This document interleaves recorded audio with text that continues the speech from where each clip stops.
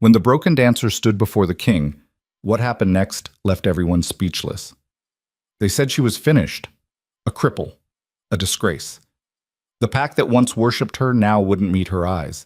But when the most feared alpha in existence demanded her presence, Alara had two choices: crawl back into the shadows or face the very people who destroyed her. What she did in that hall, limping, shaking, defiant, changed everything. If you want to see how a broken woman brought a king to his knees, stay until the end. Drop a comment with your city so I know you're watching. The rain never stopped in the Shadowfen territory. It came down in sheets, cold and relentless, turning the forest floor into a slick mess of mud and rotting leaves. The kind of rain that soaked through your bones and made you wonder if the sun had ever existed at all. Alara Voss stood at the entrance of her shack, if you could even call it that, watching the downpour hammer against the broken planks of wood she'd scavenged from the edge of the territory. Her leg throbbed. It always did when the weather turned. She pressed her palm against the doorframe, steadying herself, feeling the familiar ache radiate from her hip down to her ankle. The limp wasn't going anywhere.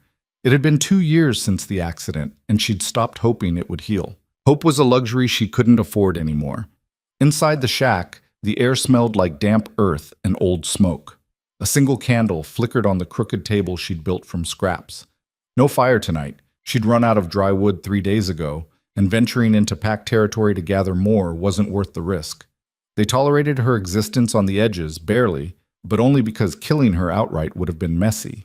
Alara lowered herself onto the thin mattress shoved against the far wall, wincing as her leg protested. She pulled a threadbare blanket over her shoulders and stared at the ceiling, counting the drips that leaked through the holes in the roof. Drip, drip, drip. The rhythm was almost meditative, almost enough to drown out the memories that surfaced every night like clockwork. She used to dance in halls filled with light. The memory came unbidden, sharp and vivid. The ceremonial chambers of the Shadowfen pack, polished stone floors gleaming under hundreds of candles, the scent of pine and smoke, the drums beating in perfect time with her heartbeat, the way the entire pack would fall silent when she moved, every eye fixed on her as she spun and leapt, her body a perfect instrument of grace and power. She'd been good. No, she'd been extraordinary. Best dancer the Shadowfen has ever seen, Alpha Corwin had said once, his voice booming with pride during a feast. A gift to the pack. A treasure. A treasure. Alara laughed bitterly, the sound harsh in the empty shack. The noise startled a rat in the corner, which scurried away through a gap in the wall. She wasn't a treasure anymore. She was garbage. A broken thing that no one wanted to look at, much less acknowledge. It had happened during the Fire Moon ceremony, the most sacred dance of the year.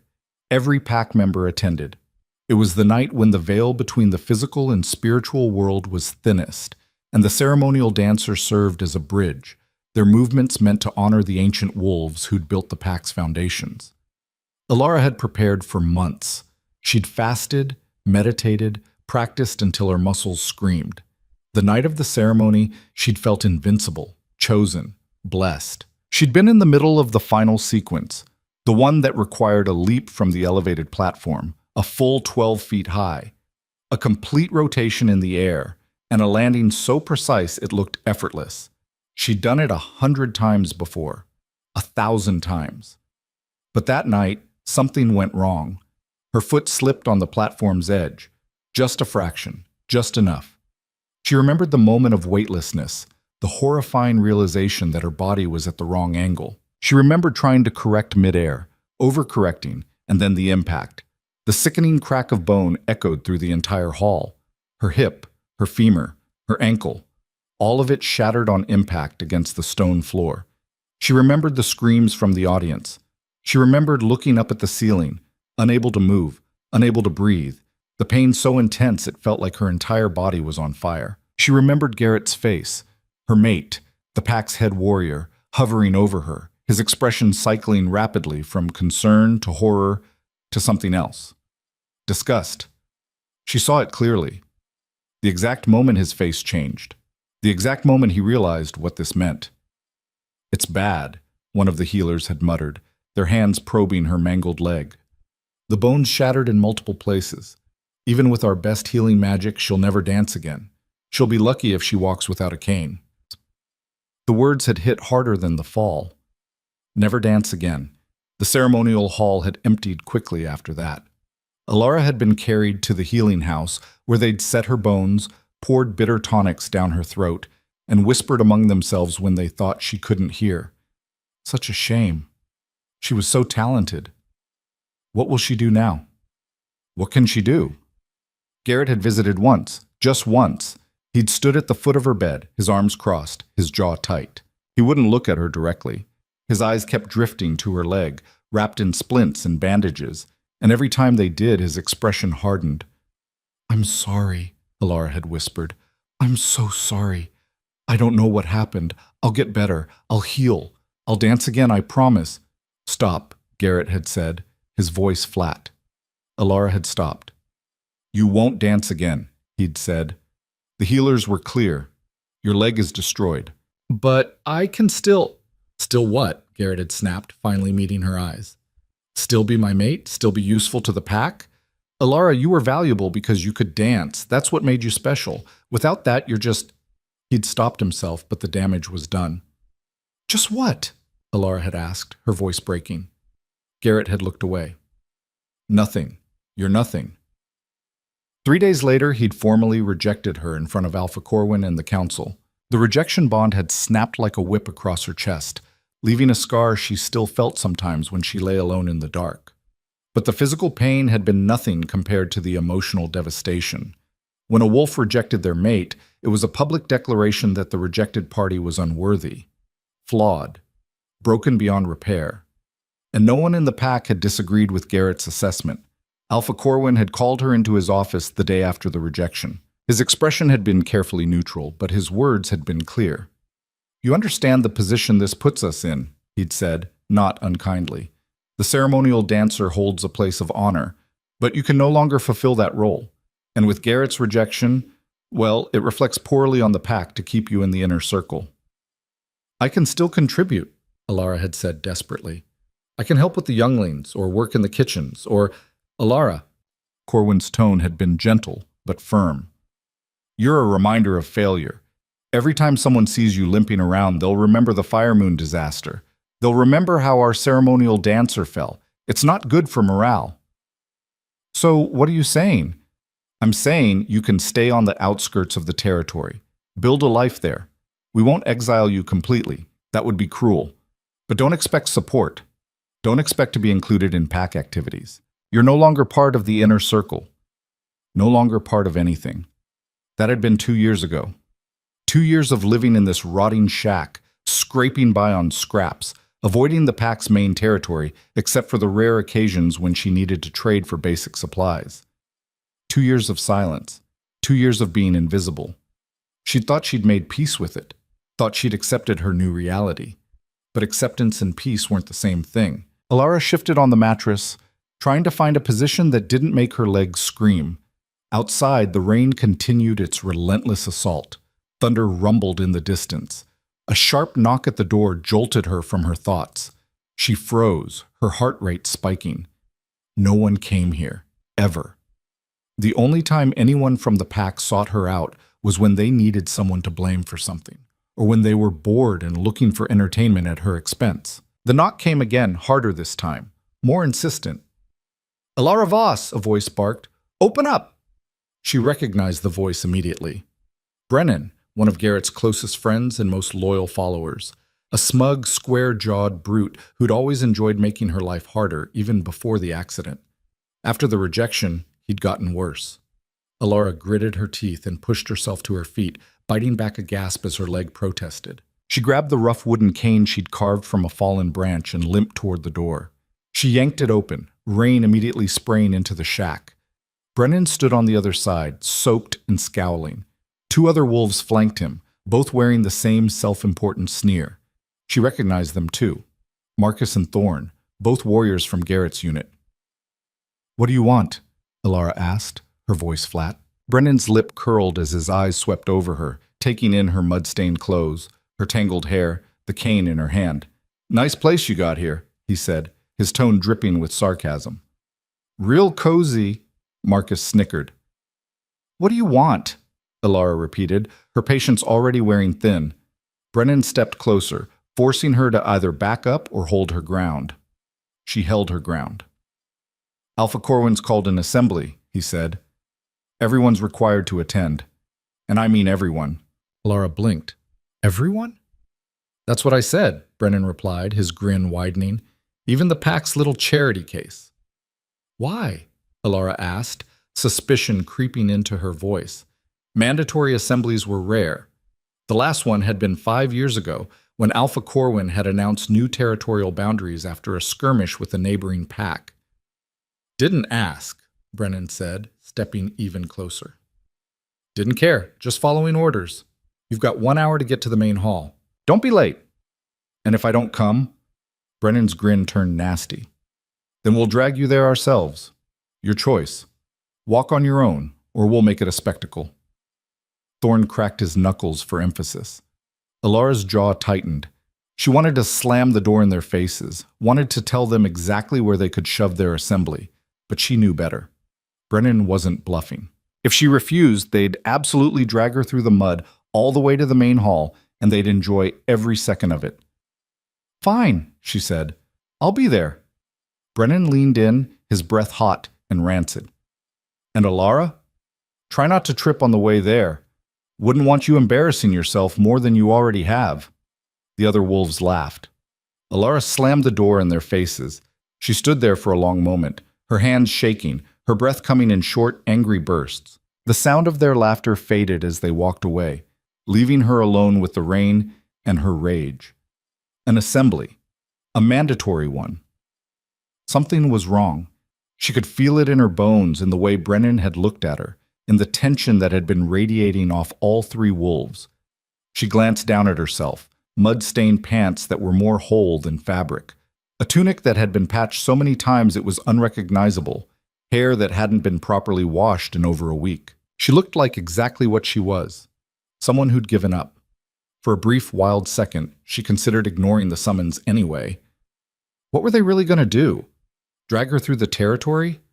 Let them. She'd survived worse.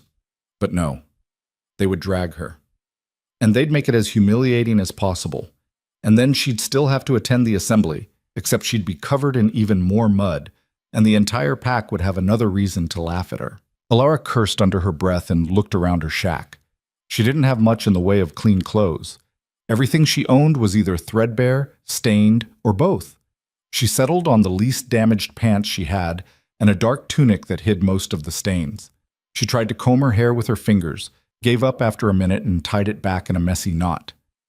Then she grabbed her darkest cloak, a hooded thing that was more patches than original fabric, and wrapped it around her shoulders. The cloak had one advantage. It hid her face. If she kept the hood up, maybe she could slip in and out of the assembly without drawing too much attention. She stepped out into the rain, pulling the hood low over her face. The journey to the main hall took far longer than it used to. Before the accident, she could have made the trip in 15 minutes at a brisk walk. Now, with her leg in the mud and the uneven ground, it took nearly 45 minutes. Every step sent jolts of pain up her spine. Her hip ached. Her ankle throbbed. The cane sank into the mud with every other step, making her gait even more uneven. By the time she reached the edge of the inner territory, she was drenched, exhausted, and ready to collapse. But she forced herself to keep moving. The main hall loomed ahead, a massive stone structure that had stood for over 200 years. It was the heart of the Shadowfen Pack, the place where all major decisions were made, where ceremonies were held, where justice was dispensed. Torches lined the entrance, their flames struggling against the rain. Wolves streamed toward the doors, all of them dressed in their finest ceremonial clothes, leather and furs, polished boots, intricate jewelry that marked their rank and family lineage. Alara pulled her hood lower and joined the flow, keeping to the back of the crowd. She kept her head down, her eyes on the ground, trying to make herself as small and invisible as possible. No one looked at her. No one acknowledged her. She was a ghost drifting through a world that had already forgotten she existed. Inside, the hall was packed. Hundreds of wolves lined the walls, filled the benches, crowded the aisles. Their voices created a low, anxious hum that filled the space like static. Alara found a spot in the far back corner, partially hidden behind a stone pillar. From here, she could see the raised platform at the front of the hall, where Alpha Corwin stood looking unusually tense. Beside him stood someone Alara didn't recognize. A man. Tall, easily 6.5 feet, broad-shouldered, with the kind of build that suggested raw, devastating power. He was dressed entirely in black. Black leather, black furs, black boots that looked like they'd marched through 100 battlefields. His hair was dark, almost black, and fell to his shoulders in a way that should have looked unkempt, but instead looked intentional, dangerous.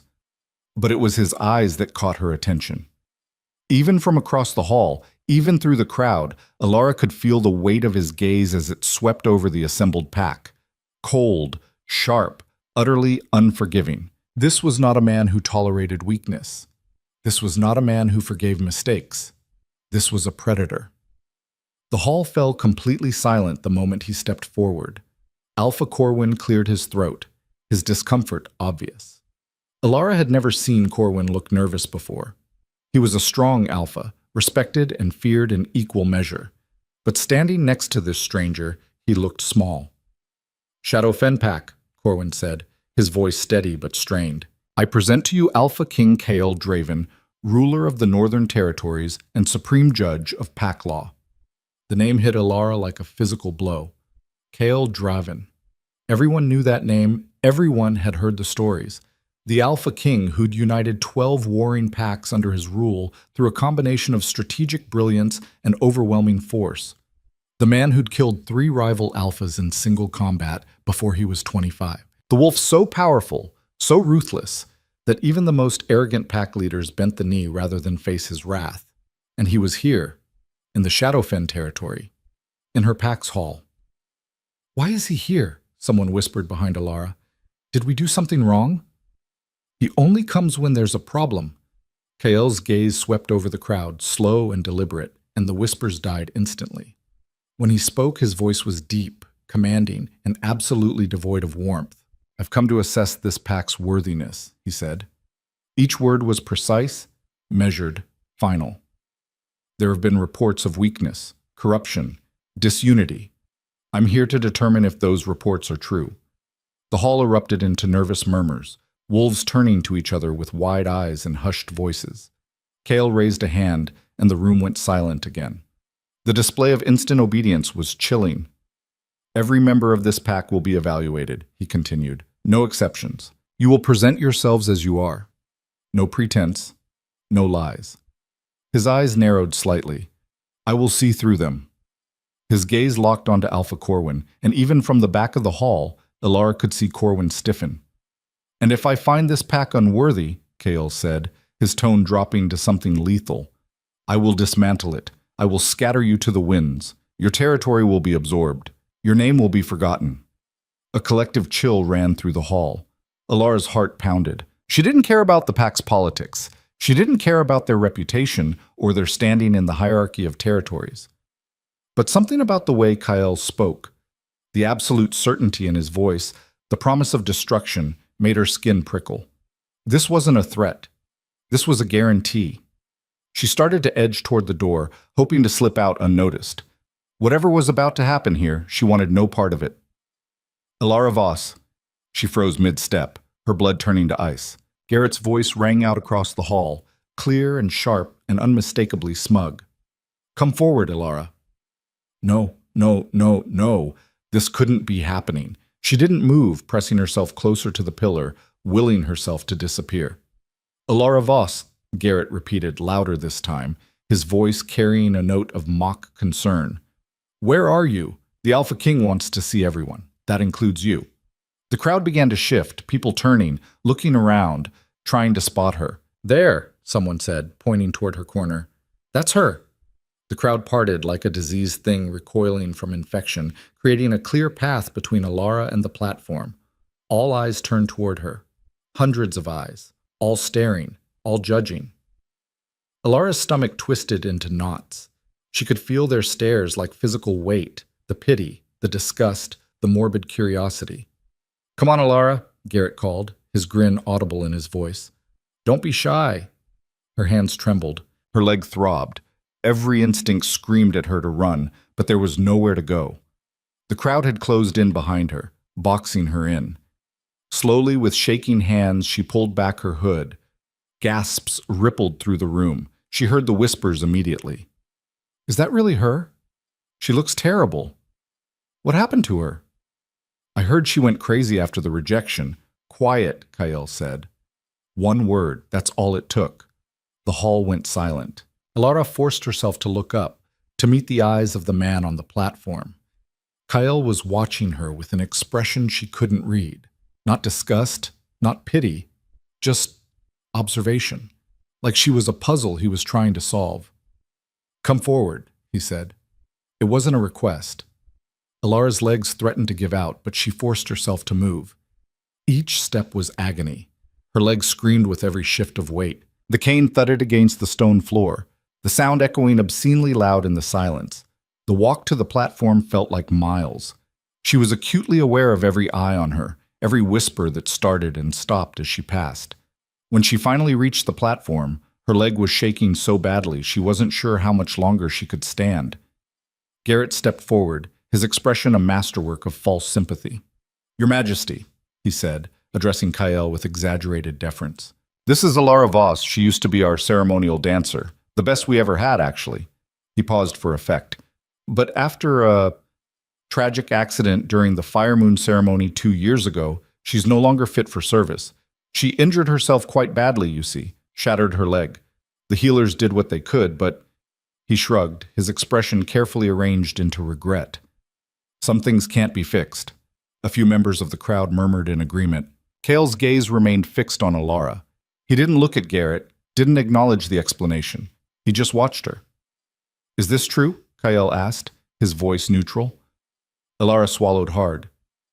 Yes. You were a ceremonial dancer. I was. And now? Now I'm nothing, Alara said, the words tasting like ash in her mouth. Something flickered in Kyle's eyes, but it was gone before she could identify it. Garrett's grin widened, sensing an opportunity. Actually, Your Majesty, he said, his voice taking on a tone of false generosity, I think it would be fitting if Alara showed you what she used to do. A little demonstration, for old time's sake. The crowd murmured, a few cruel laughs breaking through. Alara's blood ran cold. No. No? Garrett echoed, feigning shock. But you used to love performing. You lived for it. That was before, Alara said through gritted teeth. Before what? Before you got careless and destroyed your own career? Garrett's mask slipped slightly, revealing the cruelty underneath. Come on, Alara. One last performance. Show the Alpha King what the Shadowfen pack is really made of. Show him what you used to be. The crowd was watching with open interest now. This was entertainment, a spectacle. Alara's hands clenched into fists. I can't. Can't? Garrett said. Or won't. I can't dance anymore, Alara said, her voice rising. You know that. Everyone knows that. Do they? Garrett turned to the crowd with a showman's flourish. Maybe she's just being modest. Maybe she's afraid. What do you think? Should we encourage her?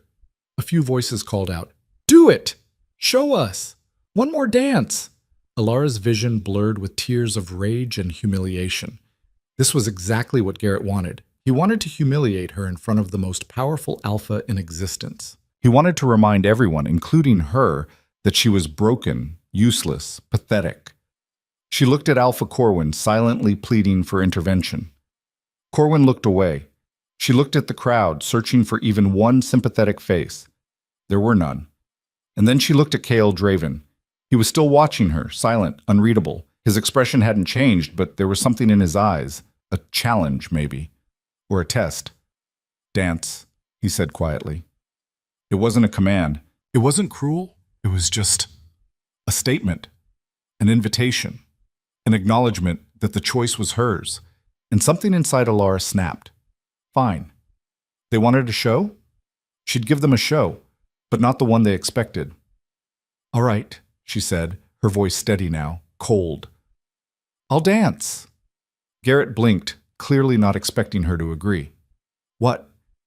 I said I'll dance, Alara repeated. She turned to face Cale directly, ignoring Garrett, ignoring the crowd. But not for them, for you. The hall went deathly quiet. Kyle's eyes narrowed slightly, not in anger, but in interest. Very well, he said. Alara stepped into the center of the platform. Her heart was racing, her leg was screaming, and her hands wouldn't stop shaking. She had no music, she had no preparation, she had no idea what she was going to do. But she had rage. She had pain. She had 2 years of silence and erasure and humiliation, and that would have to be enough. She closed her eyes and took a breath. Then she began to move. It wasn't the sacred dance. It couldn't be. Her body wouldn't allow it. The ceremonial movements required perfect balance, flawless execution, grace that transcended the physical. She had none of that anymore. So instead, she danced the truth. Her first step was uneven, her weight shifting awkwardly onto her bad leg. Pain shot through her hip, but she pushed through it. Her second step was better, smoother. Her third step was intentional. She moved slowly at first, testing her limits, feeling the boundaries of what her broken body could still do.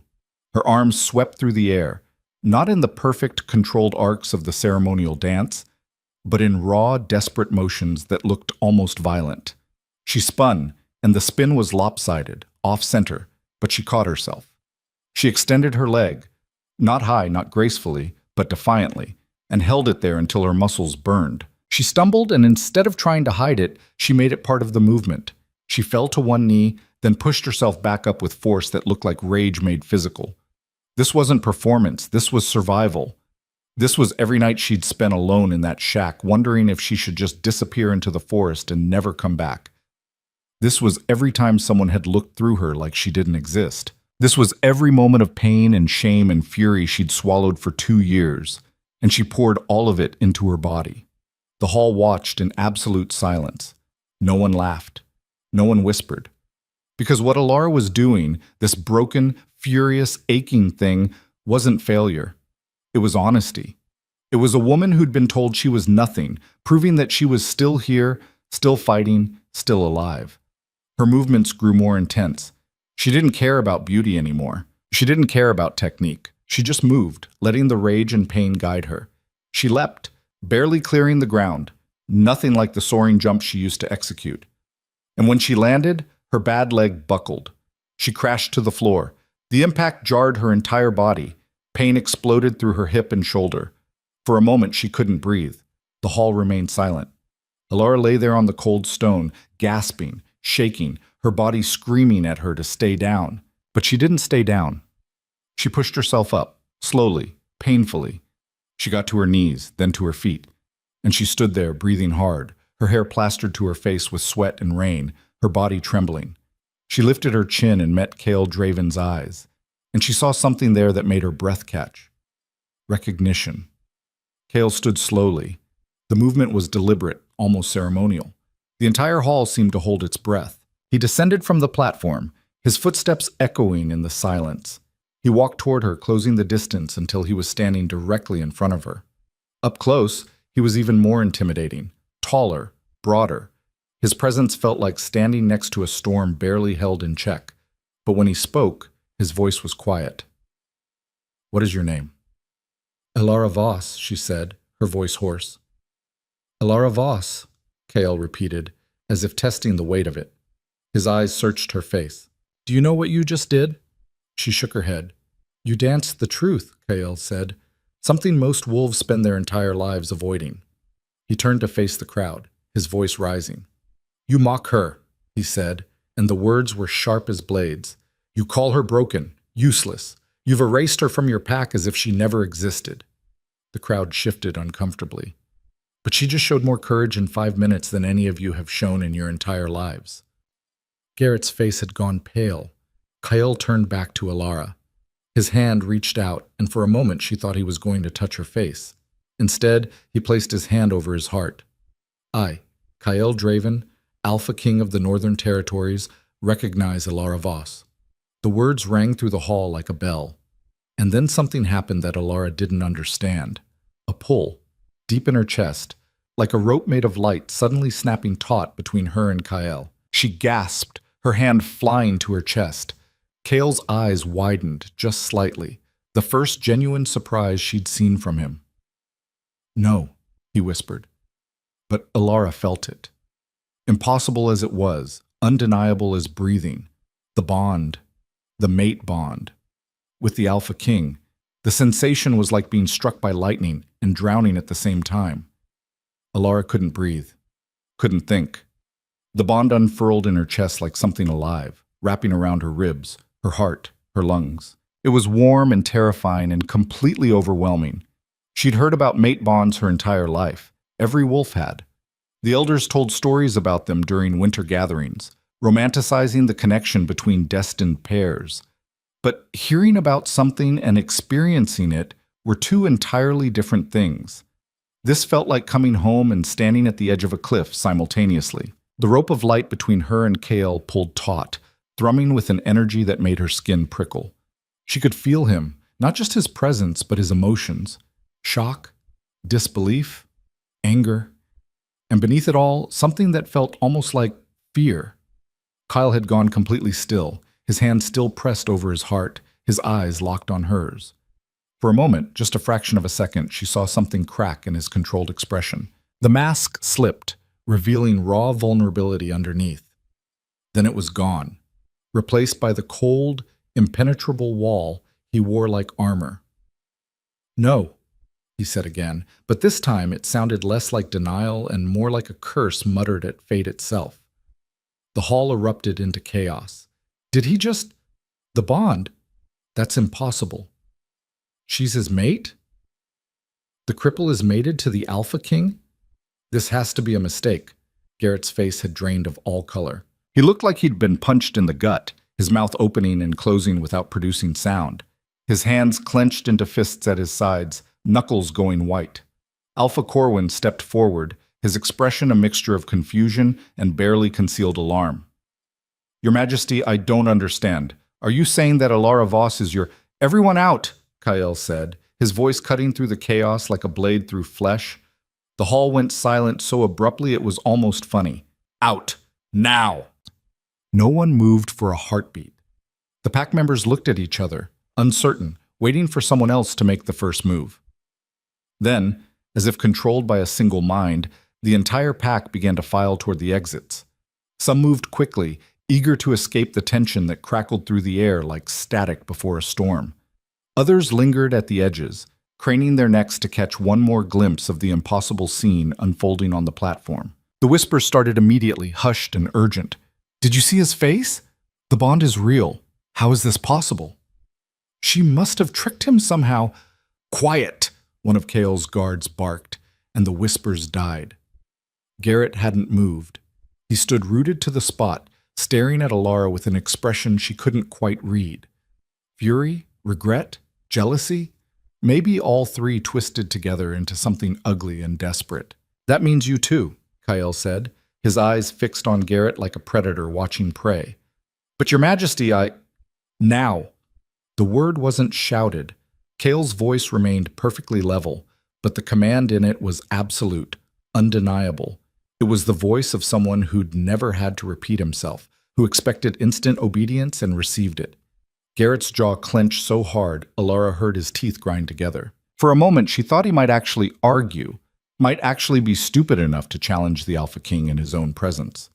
But then survival instinct won out over pride. He turned and stalked toward the exit, his shoulders rigid with barely contained rage. But he paused at the doorway, glancing back one more time. His eyes met Alara's, and the look he gave her was pure poison. This wasn't over. Not for him. Then he was gone. Alpha Corwin hesitated, hovering near the platform like a nervous bird. "Your Majesty, perhaps I should remain to Leave us," Kyle said, his tone making it clear this wasn't a request or a suggestion. It was an order. Corwin's face flushed, but he bowed stiffly. "Of course, Your Majesty, as you wish." He retreated quickly, his footsteps echoing through the emptying hall. Within minutes, the massive space was empty except for Alara and Kyle. Even the guards had withdrawn to positions outside the doors, giving them privacy while remaining close enough to respond if needed. The silence that followed was suffocating. Alara's legs were shaking so badly, she wasn't sure how much longer she could stand. The adrenaline that had carried her through the dance was fading fast, leaving nothing but pain and exhaustion in its wake. Her leg felt like it was on fire, every nerve screaming in protest. Her hip throbbed. Her hands trembled. Kyle was still watching her, his expression unreadable. The bond hummed between them, a constant reminder of the impossible connection that had just snapped into place. "Sit," he said finally, gesturing to the bench nearest the platform. "I'm fine. You're about to collapse. Sit." It wasn't concern in his voice, it was observation, a simple statement of fact delivered without emotion. Alara's pride wanted her to argue, wanted to prove she could stand on her own 2 feet despite everything, but her body had other ideas.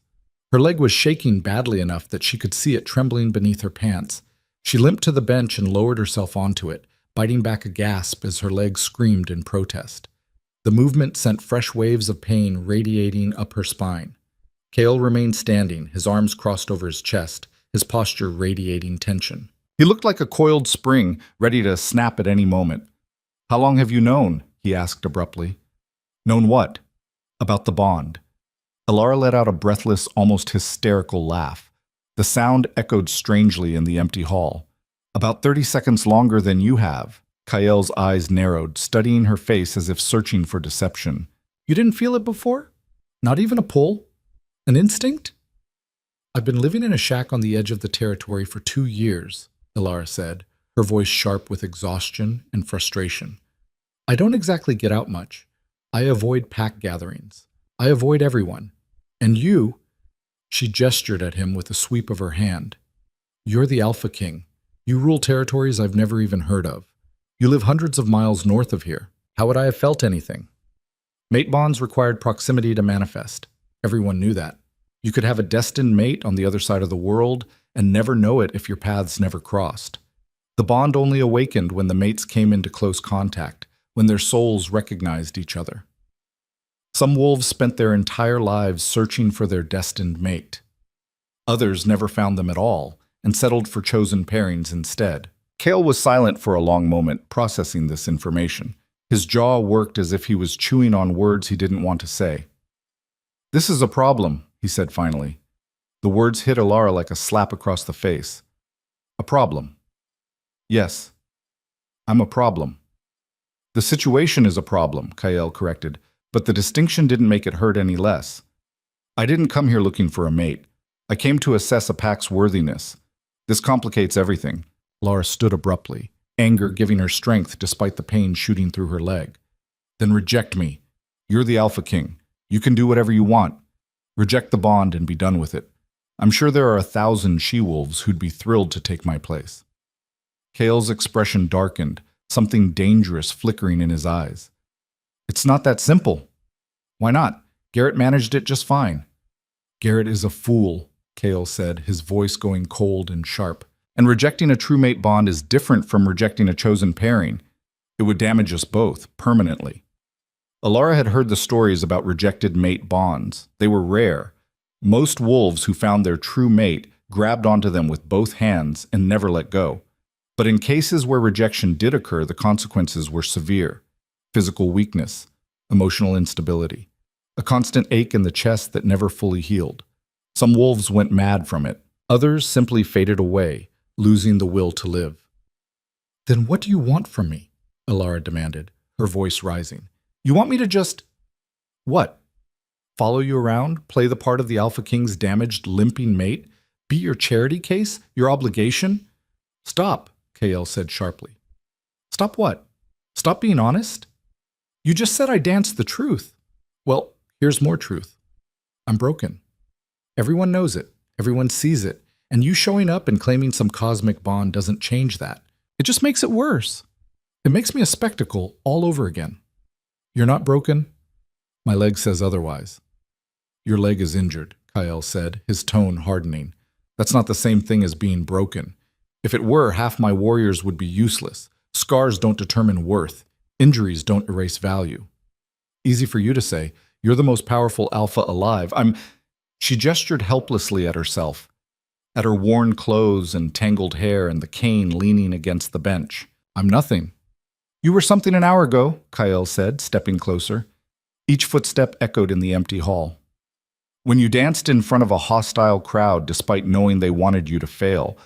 When you got back up after falling. When you looked me in the eye and said you'd dance for me, not for them. That wasn't nothing."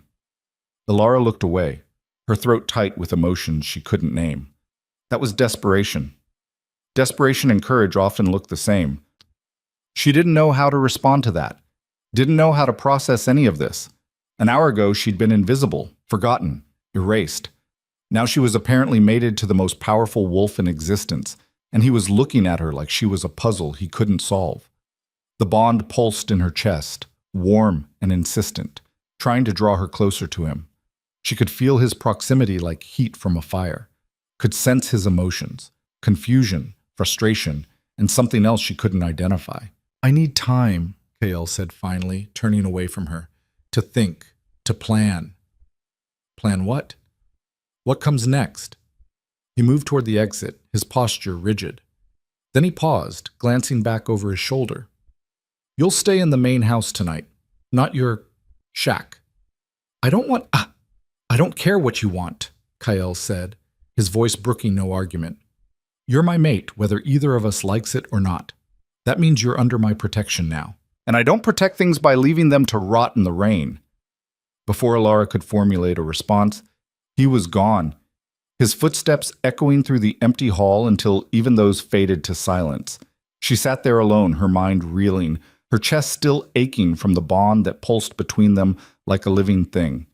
The connection felt foreign and familiar at the same time, like recognizing a home she'd never lived in. What the hell had just happened? The main house turned out to be a sprawling stone building near the center of the territory, reserved for high-ranking pack members and visiting dignitaries. Alara had never set foot inside it before. Even at the height of her career as ceremonial dancer, she'd been housed in the modest quarters near the practice halls. Nice enough, but nowhere near this level of luxury. A young Omega named Iris met her at the door, her eyes wide with barely concealed curiosity. She was small, perhaps 19 or 20, with auburn hair pulled back in a neat braid and freckles scattered across her nose. "Miss Voss," she said, her voice carefully neutral despite the way her eyes kept darting to Alara's face as if searching for some sign of the bond. "The Alpha King requested that you be given the East Wing guest suite. If you'll follow me?" Alara wanted to argue, wanted to insist she could just go back to her shack and deal with all of this tomorrow. But exhaustion was setting in fast, making her bones feel like lead. Her leg was throbbing so badly she could barely put weight on it. The emotional whiplash of the past few hours had left her completely drained. She followed Iris through hallways that smelled like pine and old wood, past rooms filled with comfortable furniture and warm lighting. Tapestries hung on the walls depicting pack history. Battles won, territories claimed, ceremonies held. Everything was clean, maintained, cared for. The exact opposite of the crumbling shack she'd called home. Wolves they passed in the hallways stopped and stared. Some bowed slightly, uncertain. Others simply gaped. Word had clearly spread, and everyone wanted to see the broken dancer who'd somehow become the Alpha King's mate. Alara kept her eyes down, focusing on putting one foot in front of the other. The guest suite was larger than her entire shack. A massive bed dominated one wall, piled high with furs and blankets that looked impossibly soft. A fireplace crackled in the corner, already lit and casting dancing shadows across the polished wooden floor. There was even a bathing room attached, with a copper tub big enough to lie down in and actual running water. Alara stood in the doorway, momentarily overwhelmed. "I'll have food sent up," Iris said, moving efficiently around the room, checking that everything was in order. "And I've laid out some clean clothes on the bed. They should fit reasonably well. I guessed at your size. If you need anything else—" "Why are you being nice to me?" Alara asked abruptly. Iris froze mid-step, turning to face her. "I'm sorry?"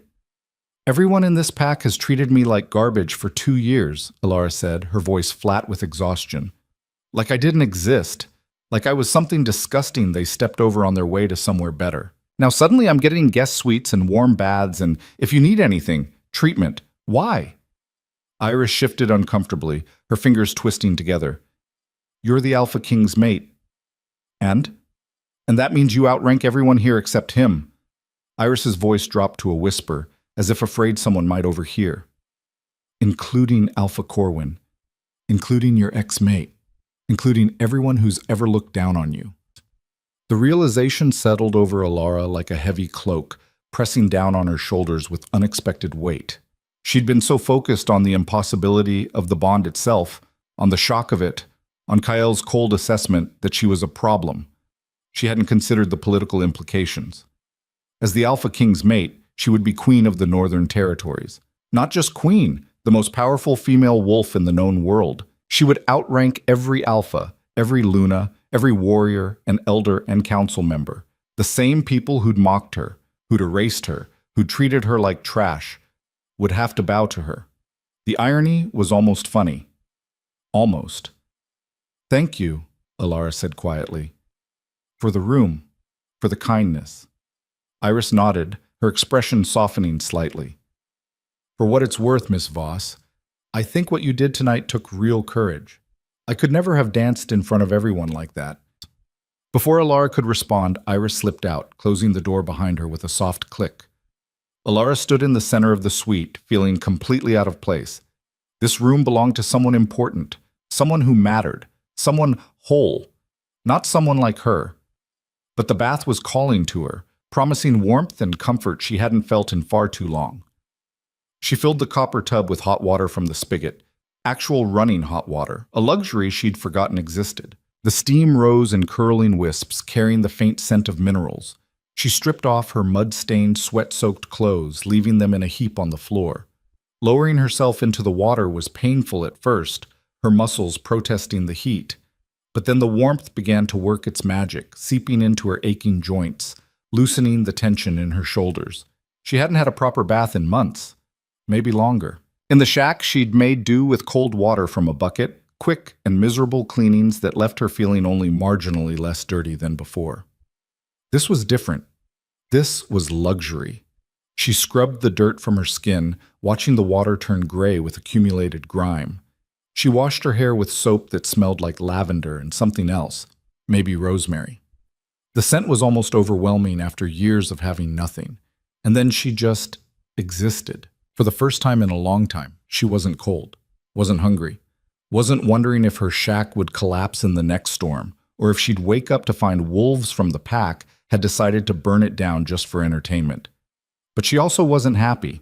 The bond hummed in her chest, a constant reminder of Kael's presence somewhere in the territory. She could feel him even though she couldn't see him, could sense his mood, tense, conflicted, angry. He didn't want this, didn't want her. And she couldn't really blame him. What Alpha King wanted a broken dancer as a mate? What ruler wanted someone who could barely walk without limping, who had no political training, no connections, no value except for an accident of cosmic fate? The water was starting to cool when someone knocked on the outer door. "Miss Voss? Are you all right?" Alara jerked, water sloshing over the sides of the tub. "I'm fine." "Your dinner is here. I'll leave it outside the door." "Thank you." She heard retreating footsteps and climbed out of the bath, her skin wrinkled from the water. She dried herself with a towel that was softer than anything she'd owned in years, then examined the clothes Iris had left. Soft pants made of material that felt like butter against her skin. A tunic that actually fit, not hanging off her like a sack or pulling tight across the shoulders. And a warm wool sweater dyed a deep forest green. She dressed slowly, savoring the feeling of clean clothes against clean skin. The dinner tray held more food than Alara had seen in weeks. Roasted meat that still steamed, the fat glistening. Fresh bread with actual butter. Vegetables that looked edible. Roasted carrots, greens that weren't wilted, potatoes seasoned with herbs. And a pitcher of clean water, along with what looked like wine in a crystal glass. She ate slowly, savoring every bite. Her stomach, used to scraps and stale bread, protested the richness at first, but she forced herself to finish most of it, knowing her body needed the nourishment. Then she collapsed onto the bed. The mattress was so soft it felt like floating on a cloud. The blankets were warm without being suffocating, the furs smooth against her skin. For a few blissful moments, she let herself pretend this was real, that this was her life now, that she belonged here. But reality crept back in quickly, the way it always did. Tomorrow, she'd have to face the pack again. Face Garrett, and whatever desperation was brewing in his mind. Face Alpha Corwin and the council members who'd erased her. Face all the people who'd spent 2 years treating her like she didn't exist. And she'd have to figure out what the hell to do about Kael Draven. A man who'd called her his mate but looked at her like a problem to be solved. A man who was giving her protection and power but made it clear he didn't want to. Sleep claimed her before she could spiral further into anxiety. The knock came just after dawn, jerking her from uneasy dreams. Alara woke disoriented, momentarily forgetting where she was. The soft bed, the warm room, the lingering scent of lavender. None of it fit with the reality she'd grown accustomed to. Then the events of the previous night came rushing back, and her stomach twisted into knots. "Miss Voss?" A male voice this time, older and gruffer than Iris's. "The Alpha King requests your presence in the council chamber." Alara sat up, her legs stiff from sleep and yesterday's exertion. "When?" "Immediately." Of course, because Kael Draven didn't seem like the type of man who waited for anything. She dressed quickly in the same clothes from last night. They were the only ones she had that fit properly. She tried to do something with her hair, which was still damp from the bath and curling in ways she couldn't control. After a few frustrating minutes, she gave up and just tied it back in a messy knot at the base of her neck. Good enough. The Omega from last night, a different one this time, male and stoic with gray threading through his dark hair, led her through the main house to a wing she hadn't seen before. They passed more wolves who stopped and stared, their whispers following her like shadows. "That's her. Can you believe? What does he see?" And the council chamber was smaller than the main hall, but somehow more intimidating. A long table dominated the room, made of dark wood polished to a mirror shine. High-backed chairs surrounded it, each carved with intricate designs. Maps covered the walls, marking territories and boundaries, trade routes, and pack alliances. This was where power lived, where decisions that affected thousands of lives were made. Kael stood at the far end of the room, his back to her, studying one of the maps with intense focus. He'd changed clothes since last night, black pants, a dark shirt, leather boots that looked built for function rather than show. "Sit," he said without turning around. Alara limped to the nearest chair and lowered herself into it, her nerves jangling. The bond hummed between them, stronger now in close proximity. Kael finally turned to face her. He looked like he hadn't slept. His hair was slightly disheveled, and there were shadows under his eyes that hadn't been there yesterday. But his gaze was as sharp as ever, missing nothing. "I've made a decision," he said without preamble. Alara's heart sank. Here it comes. The rejection. The "this was all a mistake" speech. The explanation of how he'd found some loophole to break the bond without damaging them both. "You'll come with me to the northern stronghold," Kyle continued, his voice matter-of-fact. "We'll formalize the bond there, away from this pack's politics and drama. The ceremony will be conducted in front of my council, establishing you as my recognized mate and Luna of the Northern Territories." Alara blinked, certain she'd misheard. "What?" "You heard me. I don't understand. Yesterday you said I was a problem. You said—" "I said the situation was a problem," Kael corrected, moving around the table toward her. "And it is. But rejecting a true mate bond would be worse. Much worse. It would weaken both of us, physically, mentally, emotionally. I can't afford weakness. My position requires strength. Neither can you afford it, not if you want any kind of life beyond rotting in that shack." "So this is strategic," Alara said slowly, trying to process his words. "You're accepting the bond because it's practical, because rejection would hurt you." "Yes." The blunt honesty stung more than a pretty lie would have. At least a lie would have pretended there was something more. "And what about what I want?" Alara asked, her voice sharper than she intended. "Do I get a say in this?" Kael's eyes narrowed slightly. "What do you want?" "I don't know." Alara stood, frustration boiling over despite the pain in her leg. "Yesterday I was nobody. Today, I'm apparently queen of the Northern Territories. I haven't had time to want anything. I haven't had time to think, to process, to figure out what any of this means." "Then want this," Kael said, his voice hardening. "Want safety. Want power. Want the ability to never be erased again, never be forgotten, never be treated like garbage. Because that's what accepting this bond gives you." "And what does it give you?" Alara challenged. "A mate," Kael said flatly. "Which I didn't want, but apparently the universe decided I needed. A partner I'll have to train, protect, and integrate into a political system she knows nothing about. But it also gives me stability, legitimacy. A complete bond makes me stronger, harder to challenge.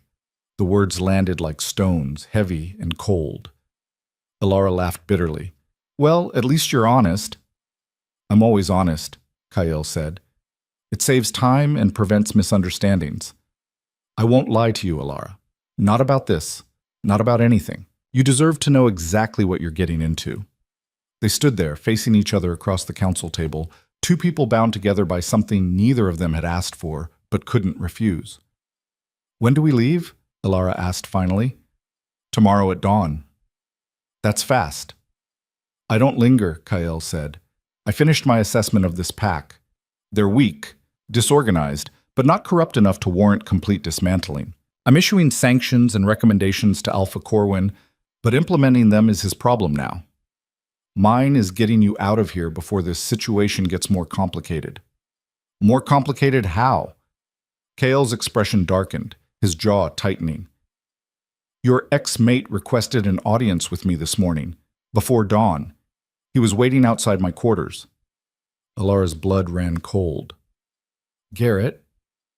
He wants to challenge the bond, claims his rejection of you was made under false pretenses, that if he'd known you were destined for an Alpha King, he never would have rejected you.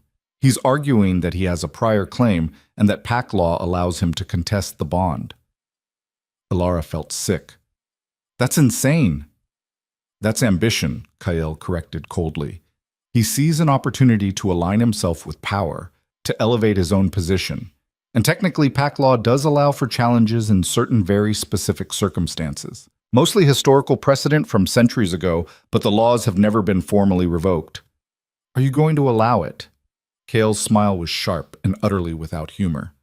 I'm considering it. What? If he wants to challenge me for you, I'll let him try. And then I'll break every bone in his body until he begs for mercy in front of the entire pack. Kale's voice was calm, almost pleasant, which somehow made the threat more terrifying. It would send a clear message to anyone else who thinks they can stake a claim on what's mine. What's mine? The possessiveness in those two words should have angered her, should have made her want to argue, to insist she wasn't property to be claimed. Instead, it made the bond in her chest flare with heat, a primal response she didn't fully understand. But, Kyle continued, allowing the challenge would delay our departure and cause unnecessary drama. It would give this pack more ammunition for gossip and speculation. So I'm denying the challenge. We leave tomorrow at dawn, and Garrett can choke on his regrets. Alara sank back into her chair, her mind reeling. This is insane. This is politics, Kyle said. Get used to it. As my mate, you'll be navigating situations like this constantly. People will challenge you, test you, try to use you to get to me. You'll need to learn how to handle them. I don't know how to do that. You'll learn. Kyle moved around the table, stopping a few feet away from her, close enough that she could feel the heat radiating from his body. Or you'll fail, but either way, you're leaving this territory tomorrow. The question is whether you're leaving as my recognized mate or as a rejected bond that will slowly destroy us both. Choose. It wasn't really a choice. They both knew it. Rejecting the bond would cripple them both. She'd be right back where she started. Broken, alone, erased. Worse, actually, because now everyone knew she'd been destined for an Alpha King and thrown it away. She'd be the wolf who rejected ultimate power and protection out of, what? Pride? Fear?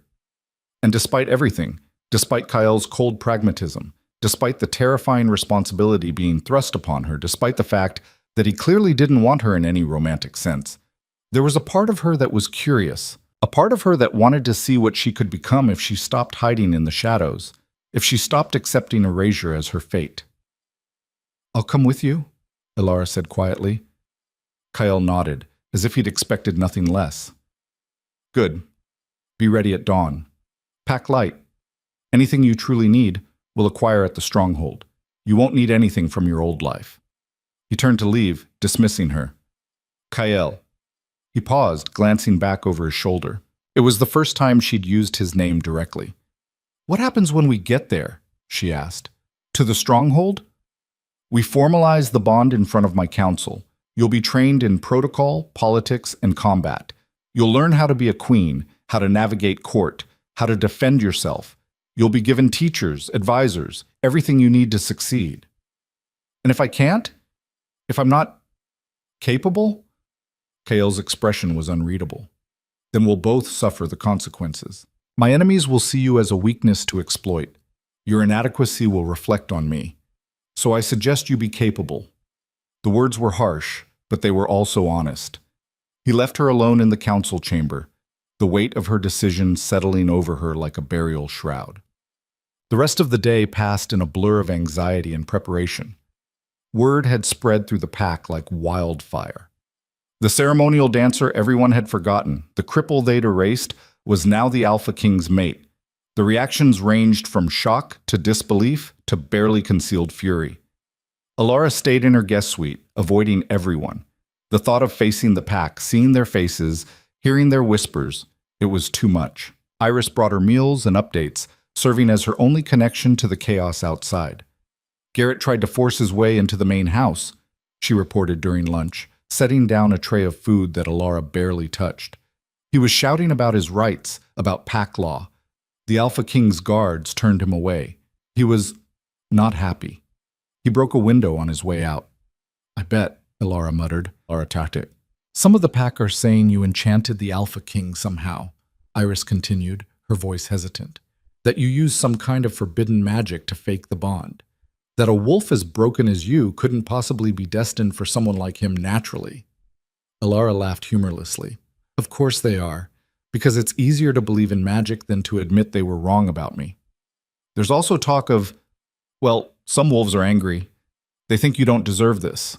That you're going to embarrass the pack, make them look bad in front of the Northern Territories.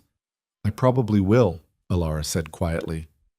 For what it's worth, Iris said, setting down the tray and meeting Alara's eyes, I don't think you did anything wrong, and I don't think you enchanted anyone.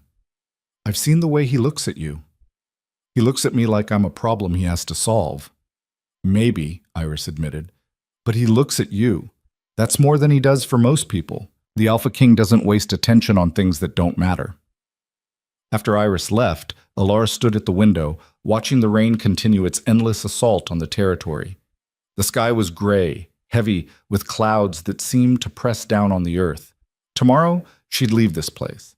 Leave behind the shack, the memories, the pain of the past 2 years. But she'd also be walking into something completely unknown. The Northern Stronghold, Kael's world, a place where she'd be expected to be strong, capable, worthy of standing beside the most powerful alpha alive. Everything she'd spent 2 years believing she wasn't. Her leg throbbed, a constant reminder of her limitations. But for the first time in a long time, Alara felt something other than resignation. She felt afraid, furious, overwhelmed, but also alive.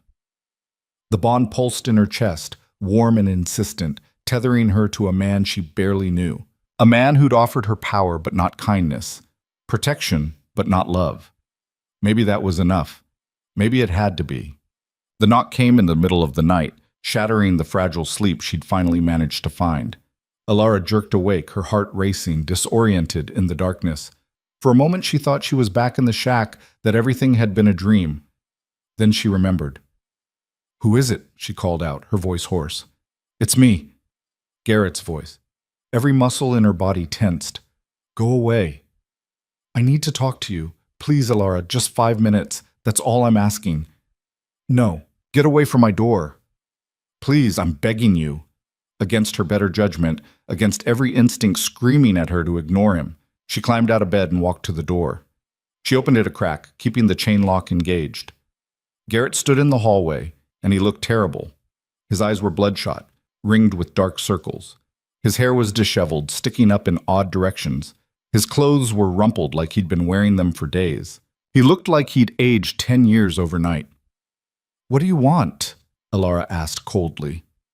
"I made a mistake," Garrett said, his voice raw and desperate. "Rejecting you. It was the biggest mistake of my life, the worst thing I've ever done." "Too late." "Is it?" Garrett stepped closer to the door, his hand pressed against the wood. "You haven't formalized the bond with him yet." The ceremony hasn't happened. You could still choose differently. You could still... Still what? Come crawling back to you? Alara's laugh was sharp, bitter. You rejected me when I needed you most. You called me useless, nothing, broken beyond repair. You looked at me like I was garbage, and now that I'm valuable, suddenly you want me back? It wasn't like that. It was exactly like that, Alara said, her voice rising. You didn't love me, Garrett. You loved what I could do. You loved having the best ceremonial dancer as your mate. You loved the status it gave you, the way other wolves looked at you with envy. And when I couldn't dance anymore, when I couldn't give you that status, you threw me away like trash. I was wrong, Garrett said, and there were actual tears in his eyes now, streaming down his face. I was wrong about everything. I was stupid and cruel and short-sighted. I see that now. Please, Alara, don't go with him. He doesn't care about you. He only wants you because the bond demands it. Because rejecting you would weaken him. And you only want me because I'm suddenly powerful, Alara shot back. Because being mated to the Alpha King's mate would elevate you beyond your wildest dreams. At least Kyle is honest about his motivations. At least he doesn't pretend. He'll break you, Garrett said desperately, his voice cracking. You don't know what he's like. The things he's done, the wolves he's killed. He's a monster, Alara. A brutal, cold-hearted monster who destroys everything he touches. And you're a coward, Alara said quietly. A coward who abandoned his mate when she needed him most. Now get away from my door before I call the guards. Alara, please. She slammed the door in his face and engaged all the locks, her hands shaking. She heard him on the other side, his fist pounding once against the wood. Then silence. Then the sound of retreating footsteps. Alara leaned against the door, her chest tight, her breath coming in short gasps. Part of her, a small, stupid part that still remembered what it felt like to be loved, had wanted to hear those words from him 2 years ago, had needed to hear that he was sorry, that he'd made a mistake, that he still cared. But now they just made her angry. Angry that he thought she was stupid enough to fall for it. Angry that he thought a few tears and desperate words could erase 2 years of abandonment. Angry that he saw her as a ticket to power rather than a person. She climbed back into bed, but didn't sleep. She lay there in the dark, staring at the ceiling, feeling the bond pulse in her chest, connecting her to a man she barely knew. A man who'd called her his mate, but didn't want her. A man who was giving her a chance at power and purpose, even if it came wrapped in cold pragmatism and brutal honesty. Tomorrow, everything would change. And for better or worse, Alara had made her choice. Dawn was coming, and with it, a new life. Ready or not? Dawn came cold and merciless. Alara stood at the window of the guest suite, watching the first gray light creep across the Shadowfen territory. The rain had finally stopped, leaving everything slick and glistening. Fog clung to the ground like something alive, turning familiar landmarks into ghostly shapes. Her small pack sat on the bed behind her, everything she owned that was worth taking, which wasn't much. A change of clothes, the carved wooden cane, a small knife she'd used for cutting firewood. That was it. 2 years of existence distilled into a bundle she could carry in one hand.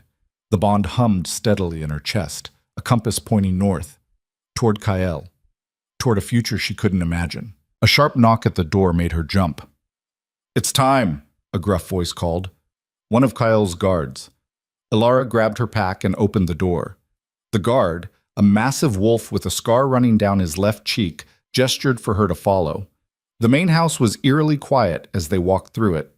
Most of the pack was still asleep, or pretending to be, but Alara could feel eyes watching from darkened doorways, sense the weight of judgment following her through the halls. They emerged into the courtyard where 3 horses waited, their breath misting in the cold air. Kale stood beside the largest one, checking the saddle straps with efficient movements. He'd changed into traveling clothes, dark leather reinforced at the shoulders and chest, heavy boots, a thick cloak. He looked every inch the warrior king. He glanced up as she approached, his eyes sweeping over her with the same analytical assessment he might give a weapon. "Can you ride?" he asked. "Not well," Alara admitted. "It's been years, and my leg." "You'll ride with me then." He turned to one of his guards. "Secure her pack."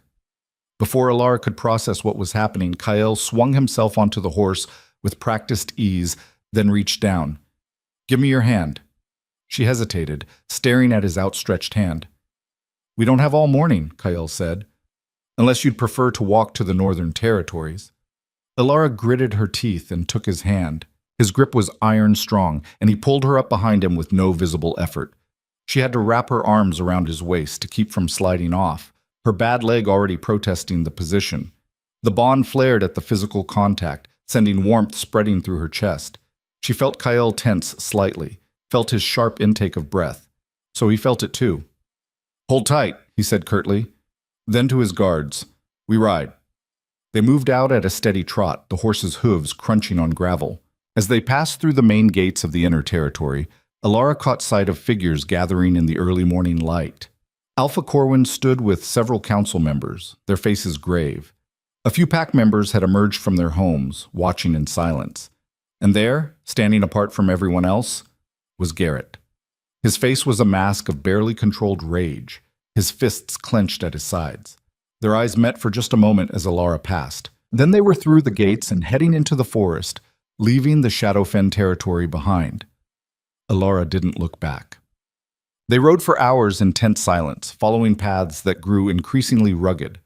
The terrain changed gradually, the familiar pine forests of Shadowfen giving way to something wilder, darker. The trees grew taller here, their trunks thick with age, their branches interweaving overhead to create a canopy that blocked most of the light. Alara's leg was screaming.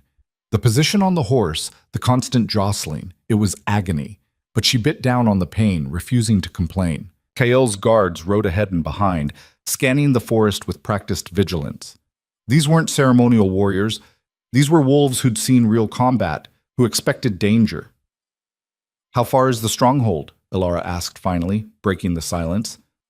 3 days' hard ride, Kael said without turning. 2 nights camping in territory that doesn't belong to any pack. Is that dangerous? Everything's dangerous if you're unprepared. Not exactly reassuring. They stopped briefly at midday to water the horses and eat. Elara slid off the horse and nearly collapsed, her leg refusing to support her weight. She caught herself against a tree, breathing hard. Kael was beside her in an instant, his hand on her elbow. "How bad?" he asked. "I'm fine." "That's not what I asked." Elara met his eyes. "Bad enough, but I'll manage." Kael studied her for a long moment, then called to one of his guards. "Rowan, bring the medical kit." "I said I'm fine." "And I said that's not what I asked." Kael guided her to a fallen log. "Sit." The guard, Rowan apparently, brought over a leather satchel. Kael knelt in front of Elara and reached for her leg. She jerked back instinctively. "What are you doing?" "Checking the damage, unless you'd prefer to lose the leg to infection or nerve damage." Elara hesitated, then slowly extended her leg. Kael's hands were surprisingly gentle as he probed her hip and thigh, checking for swelling. His fingers found the old injury with practiced ease, pressing just hard enough to assess without causing unnecessary pain. "The bone healed wrong," he said. "The angle's off. That's why you limp." The healer said there was nothing they could do. The healers were either incompetent or didn't care enough to try. Kael pulled a small jar from the medical kit. "This will help with the inflammation. It won't fix the bone, but it'll reduce the pain." He applied the salve with efficient movements, his touch clinical but not unkind. The medicine was warm, almost hot, and Elara felt the pain begin to ease almost immediately. "Better?" Kael asked. "Yes. Thank you." He nodded and stood, wiping his hands. "We'll take a longer rest tonight. Your body needs time to adjust." Before Elara could respond, one of the guards, a lean wolf with sharp features, approached quickly. "Your Majesty, we're being followed." Kael's entire demeanor changed in an instant. The almost gentle healer vanished, replaced by the predator. "How many?" "At least 4, maybe more. They're staying just out of sight, but they're tracking us." "Shadowfen wolves?" "Can't tell yet. Could be rogues." Kyle's jaw tightened. "Or someone from the pack who doesn't want to let her go." His eyes met Alara's. "Can you ride faster? Push through the pain?" "If I have to." "You have to." Kael turned to his guards. "Defensive formation. We make for the ridge. Higher ground, better visibility. If they want to fight, we'll give them one on our terms. The guards moved with military precision, mounting up and positioning themselves around Kael and Alara. Kael pulled her back onto the horse. Hold on tight. This is going to hurt.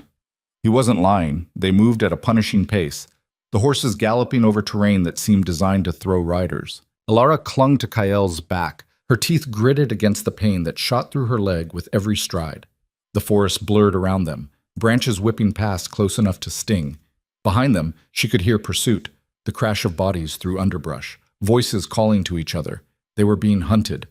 The ridge appeared suddenly, a steep climb of bare rock jutting above the tree line. Kael urged the horse up the slope, the animal's hooves scrabbling for purchase on wet stone. They crested the top and dismounted. The guards formed a perimeter immediately, weapons drawn. From this vantage point, Alara could see their pursuers emerging from the forest below. 6 wolves, all male, all familiar. Garrett led them, his face twisted with determination. Beside him were Brennan, Marcus, Thorne, and 2 others from his warrior unit. Of course, Kael said quietly. He didn't sound surprised. Your ex-mate seems to have trouble understanding the meaning of no. Garrett and his group stopped at the base of the ridge, looking up. Alara! Garrett shouted. Come down. You don't have to do this. Kael's hand shot out, gripping her wrist as she instinctively moved forward. Don't, he said quietly. This is a challenge. If you go down there, they'll take it as weakness. He's going to get himself killed, Alara said. Probably. That's his choice. Garrett started climbing the ridge, his warriors following. Alara, please, just listen to me for 1 minute. Kael stepped forward, his voice carrying effortlessly down the slope. You were warned, Garrett. I denied your challenge. This pursuit is an act of aggression against the Alpha King. This isn't about you, Garrett shouted back. This is about her, about what's right. What's right, Kael said, his voice dropping to something lethal, is respecting a mate bond, something you failed to do when it mattered. Garrett's face flushed with rage. You don't deserve her. You don't even want her. I heard what you said, that she's a problem, that you're only keeping her because rejecting the bond would weaken you. Alara felt like she'd been slapped. Those words, her words, the fears she'd spoken aloud, being thrown back at her. Those were private words, Kael said, his voice dangerously quiet. And they were honest. But honesty isn't the same as rejection. I claimed her, she accepted. The bond is recognized. You have no standing here. I have every right! Garrett was halfway up the ridge now, close enough that Alara could see the desperation in his eyes. I was her mate first. I have prior claim. You rejected that claim, Kael said. You threw her away. You don't get to reclaim discarded things just because someone else picked them up. Garrett lunged forward, shifting mid-leap into his wolf form, a large gray beast with amber eyes. His warriors followed suit, 6 wolves against Kael's 3 guards. It wasn't even close to a fair fight. Kael didn't shift. He didn't need to. He met Garrett's charge with brutal efficiency, sidestepping at the last second and using the wolf's own momentum against him. Garrett crashed into the rocks with a yelp of pain. Kael's guards engaged the other wolves, and the ridge erupted into violence. Alara pressed herself against a boulder, watching in horror as bodies collided. The sounds were terrible. Snarls, screams, the crack of bone against rock. Garrett recovered and launched himself at Kael again. This time Kael caught him midair, his hands closing around the wolf's throat. He slammed Garrett into the ground so hard the impact echoed. You were warned, Kael said, his voice calm despite the violence. Last chance. Leave now, or I end this permanently. Garrett shifted back to human form, gasping for air, Kael's hand still around his throat. I love her, he choked out. I made a mistake, but I love her. No, Kael said. You love power. You love what she represents now. That's not the same thing. He released Garrett and stepped back. That's when Alara saw it. Brennan, in wolf form, circling behind Kael while his attention was on Garrett, moving into position for an attack from behind. A coward's strike. Kael! Alara screamed. Behind you! Kael spun, but Brennan was already launching, the massive wolf's jaws aimed for Kael's throat, and Alara moved. She didn't think, didn't plan. She just reacted. She grabbed the knife from her pack and threw herself between Brennan and Kael, the blade extended. Brennan crashed into her, and they went down together. Pain exploded through Alara's body as they hit the ground. Her bad leg twisted beneath her. She felt Brennan's weight crushing her, felt hot breath on her face. Then Brennan went limp. Kyle hauled the wolf's body off her. Alara's knife was buried in Brennan's chest, the blade having found his heart through sheer luck. She'd killed him. The realization hit her like ice water. She'd just killed someone. The fighting stopped. Everyone froze, staring at Brennan's body. Garrett's face had gone white. "Brennan, no, no, no!" Kale knelt beside Alara, his hands checking her for injuries. "Are you hurt?" I didn't mean—" "You saved my life," Kale said quietly. His eyes met hers, and for the first time, she saw something other than cold calculation in them. "You saved my life." "He was going to kill you," Alara said, her voice shaking. "I couldn't let him—" Kale pulled her to her feet, his arm supporting her weight. Then he turned to face Garrett and the remaining wolves. "This is what happens when you challenge the Alpha King," Kale said, his voice carrying across the ridge. "Your warrior is dead because of your arrogance. His blood is on your hands, Garrett. Not hers, not mine. Yours." Garrett looked broken, staring at Brennan's body.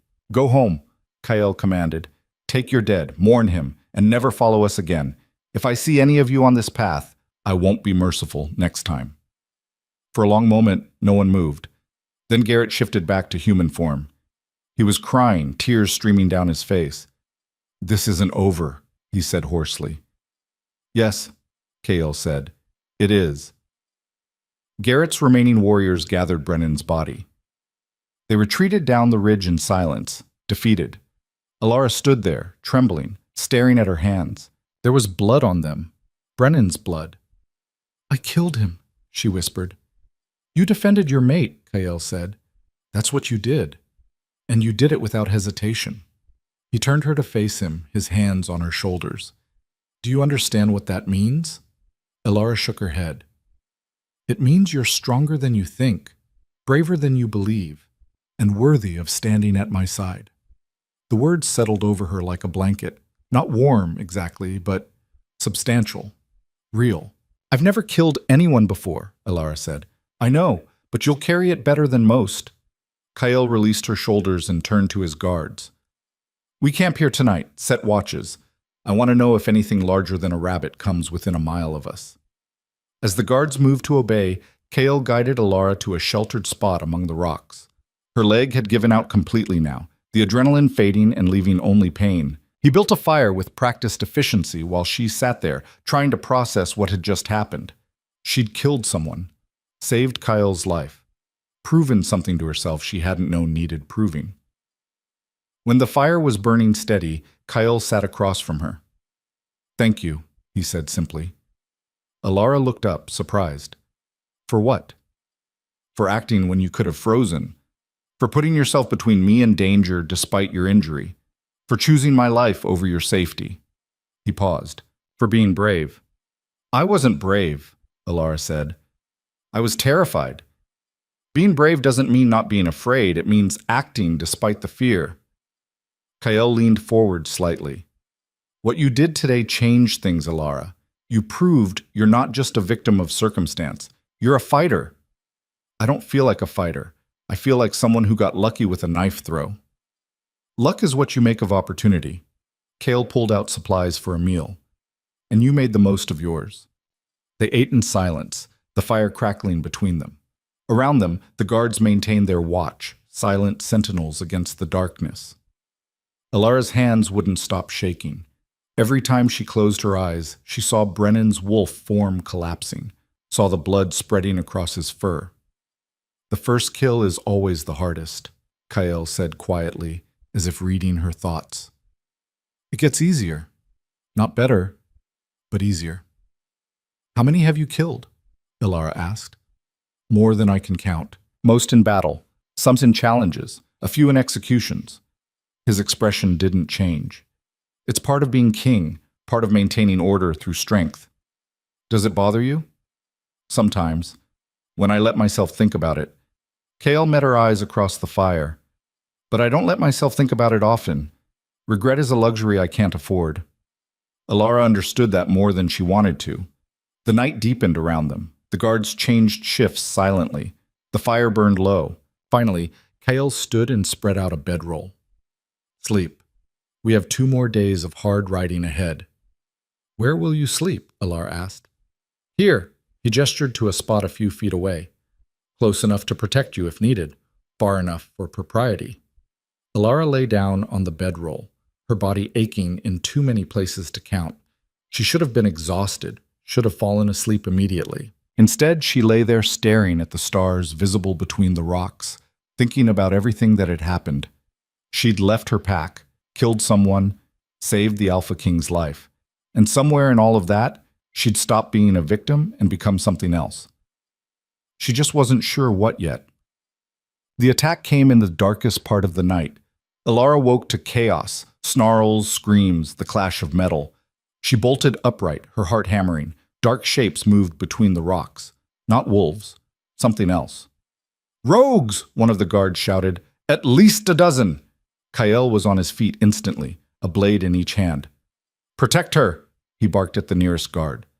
The guard, Rowan, pulled Alara behind a boulder as the fight erupted around them. She caught glimpses through the darkness. Wolves, but wrong somehow. Their eyes glowed with an unnatural light. Their movements were too fast, too aggressive. These weren't normal rogues. These were feral, wolves who'd lost themselves to madness, who'd given up their humanity entirely. And there were too many of them. Kyle fought like something inhuman, his blades flashing in the firelight. But even he couldn't be everywhere at once. One of the guards went down with a scream, then another. Rowan was fighting 3 ferals at once, his back pressed against the boulder protecting Alara. She looked around desperately for a weapon, any weapon. Her knife was still buried in Brennan's chest, miles away with Garrett and his warriors. Then she saw it. A fallen guard sword just a few feet away. She lunged for it, ignoring the pain in her leg. Her fingers closed around the hilt. A feral wolf spotted her and charged. Alara swung the sword with all her strength. The blade connected with the wolf's skull, and the impact jarred her arms. The wolf dropped, twitching. 2 kills in 1 day. But there was no time to process that because another feral was coming. Alara fought like she danced, desperately, imperfectly, but with everything she had. The sword was heavy, awkward. Her injured leg kept threatening to give out. But she didn't stop. Kyle appeared beside her suddenly, covering her blind side. They fought back to back, him with his practiced skill, her with raw determination. The ferals kept coming. And then, through the chaos, Alara heard it. A howl. Different from the ferals. Controlled. Commanding. The ferals stopped attacking and melted back into the darkness as quickly as they'd appeared. In the sudden silence, Alara could hear her own ragged breathing, could feel blood, not all of it hers, soaking her clothes. Kyle scanned the darkness, his blade still ready. It's a trap, he said quietly. Someone sent them. Who? Alara asked. Before Kyle could answer, a voice called out from the darkness beyond the firelight. Alpha King Kale Draven, we need to talk. A figure emerged from the shadows. Female, tall and lean, with silver hair despite looking no older than 30. She moved with predatory grace, unarmed but somehow more dangerous for it. Kale's entire body went rigid. Morgana. Hello, brother, the woman said with a smile that didn't reach her eyes. Brother? Alara's mind reeled. Kale had a sister? What do you want? Kale asked, his voice flat. What I've always wanted. What's rightfully mine. Morgana's eyes shifted to Alara, and her smile widened. And it seems you finally found your mate. How inconvenient for you. Kale moved to block Morgana's view of Alara. She has nothing to do with our dispute. Doesn't she? Morgana circled slowly, like a predator assessing prey. A mate is leverage, dear brother. A weakness to exploit. And you've spent so many years being careful not to have any weaknesses. If you harm her, you'll what? Kill me? Morgana laughed. We both know you won't. You can't. Not without destroying yourself in the process. Kale said nothing, but the tension in his shoulders confirmed the truth of her words. Here's my offer, Morgana said. You step down, abdicate the throne. Name me your successor, and I'll let you both live quietly in exile. You can have your broken little mate, and I'll have what should have been mine from the beginning." "No," Kael said flatly. "Then I'll take it by force, and your mate will be the first casualty." Morgana's eyes glowed in the darkness. "I'll give you 3 days to decide. 3 days to choose between power and love. I wonder which one you'll sacrifice." She melted back into the darkness, taking the remaining ferals with her. Silence fell over the ridge. Elara stared at Kael's back, her mind spinning. He had a sister who wanted him dead, a sister who now knew about her. And they had 3 days before everything fell apart. Kael turned to face her, and for the first time since she'd met him, he looked genuinely shaken. "I'm sorry," he said quietly. "I should have told you, should have warned you that being my mate would paint a target on your back." "Who is she?" Elara asked. "My sister. My twin, actually. We were supposed to rule together, but she—" He stopped, his jaw tight. "It's complicated." "We have 3 days," Elara said. "Uncomplicate it." Kael looked at her for a long moment, then he nodded. "All right. But first we need to move. This position is compromised." They gathered what they could, 2 guards dead, 1 injured, half their supplies destroyed. As they prepared to move out, Elara caught Kael's arm. "Whatever happens," she said, whatever you're not telling me, I need to know I can trust you." Kael met her eyes. "You saved my life today. Twice. That means something. It means I owe you the truth." "Then tell me." "When we reach the stronghold," Kael promised, "I'll tell you everything." They mounted up and rode into the darkness, leaving the dead behind. And Elara couldn't shake the feeling that the real danger was just beginning. They rode through the night without stopping, pushing the horses harder than was safe. The injured guard, a young wolf named Devon, clung to consciousness through sheer will, his blood leaving a trail behind them that Elara tried not to think about. The forest pressed in from all sides, hostile and watchful. Every shadow could hide another attack. Every sound made her flinch. Kael rode in grim silence, his jaw set, his eyes scanning constantly. The revelation about Morgana hung between them like a blade waiting to fall. Dawn found them at the edge of a ravine, the northern stronghold finally visible in the distance. It rose from the mountainside like something carved from the rock itself. Massive walls, sharp towers, a fortress built to withstand sieges. "We'll be there by midday," Kael said, his voice rough from hours of silence. "Once we're inside the walls, Morgana can't touch us without declaring open war." "Will that stop her?" Elara asked. Kael's expression was answer enough. They descended into the ravine, following a narrow path that switched back down the cliff face. Devon slumped forward on his horse, barely conscious. Rowan rode beside him, ready to catch him if he fell. Halfway down, the path widened into a small plateau. Kael called a halt. "We rest here. 15 minutes. Devon needs water and bandaging, and the horses need to breathe." Elara slid off the horse and immediately regretted it. Her leg buckled and she caught herself against a rock face, gasping. Kael was beside her instantly. "Let me see it." "It's fine. It's not fine. You've been riding for hours with an injury that should have you bedridden. Let me see it." She was too exhausted to argue. She sat on a flat rock and extended her leg. Kael knelt and examined it with careful hands. The joint was swollen, hot to the touch. When he pressed gently on the hip, Elara couldn't suppress a whimper. "The bone's grinding against the socket wrong," Kael said. "Every time you move, it's causing damage. We need to stabilize it before you do permanent harm." He called Rowan over. "Medical kit, and find me 2 straight branches about this long." He gestured with his hands. While Rowan searched, Kael pulled out a flask and handed it to Elara. "Drink. All of it." "What is it?" "Something to take the edge off the pain. You're not going to like what comes next." The liquid burned going down, tasting of herbs and something bitter. Within seconds, warmth spread through her limbs, dulling the sharp edges of pain. Rowan returned with the branches. Kael wrapped them in cloth, then positioned them along Elara's leg. "This is going to hurt," he warned, "but it'll hurt less than riding another 4 hours with the joint destroying itself." He was right. It hurt. Kael manipulated her leg, trying to find the position that caused the least grinding. Elara bit down on her sleeve to keep from screaming. Finally, He found it. An angle that wasn't natural but took pressure off the damaged joint. He secured the splint tightly, wrapping it from hip to ankle. When he finished, the pain had decreased from unbearable to merely terrible. "Better?" Kael asked. "Better," Ilara managed. "Good, because when we reach the stronghold, you're going to need to be able to stand. My council will be watching. They'll be looking for any sign of weakness." "I'm nothing but weakness," Ilara said bitterly. "You killed 2 wolves in one day," Kael said.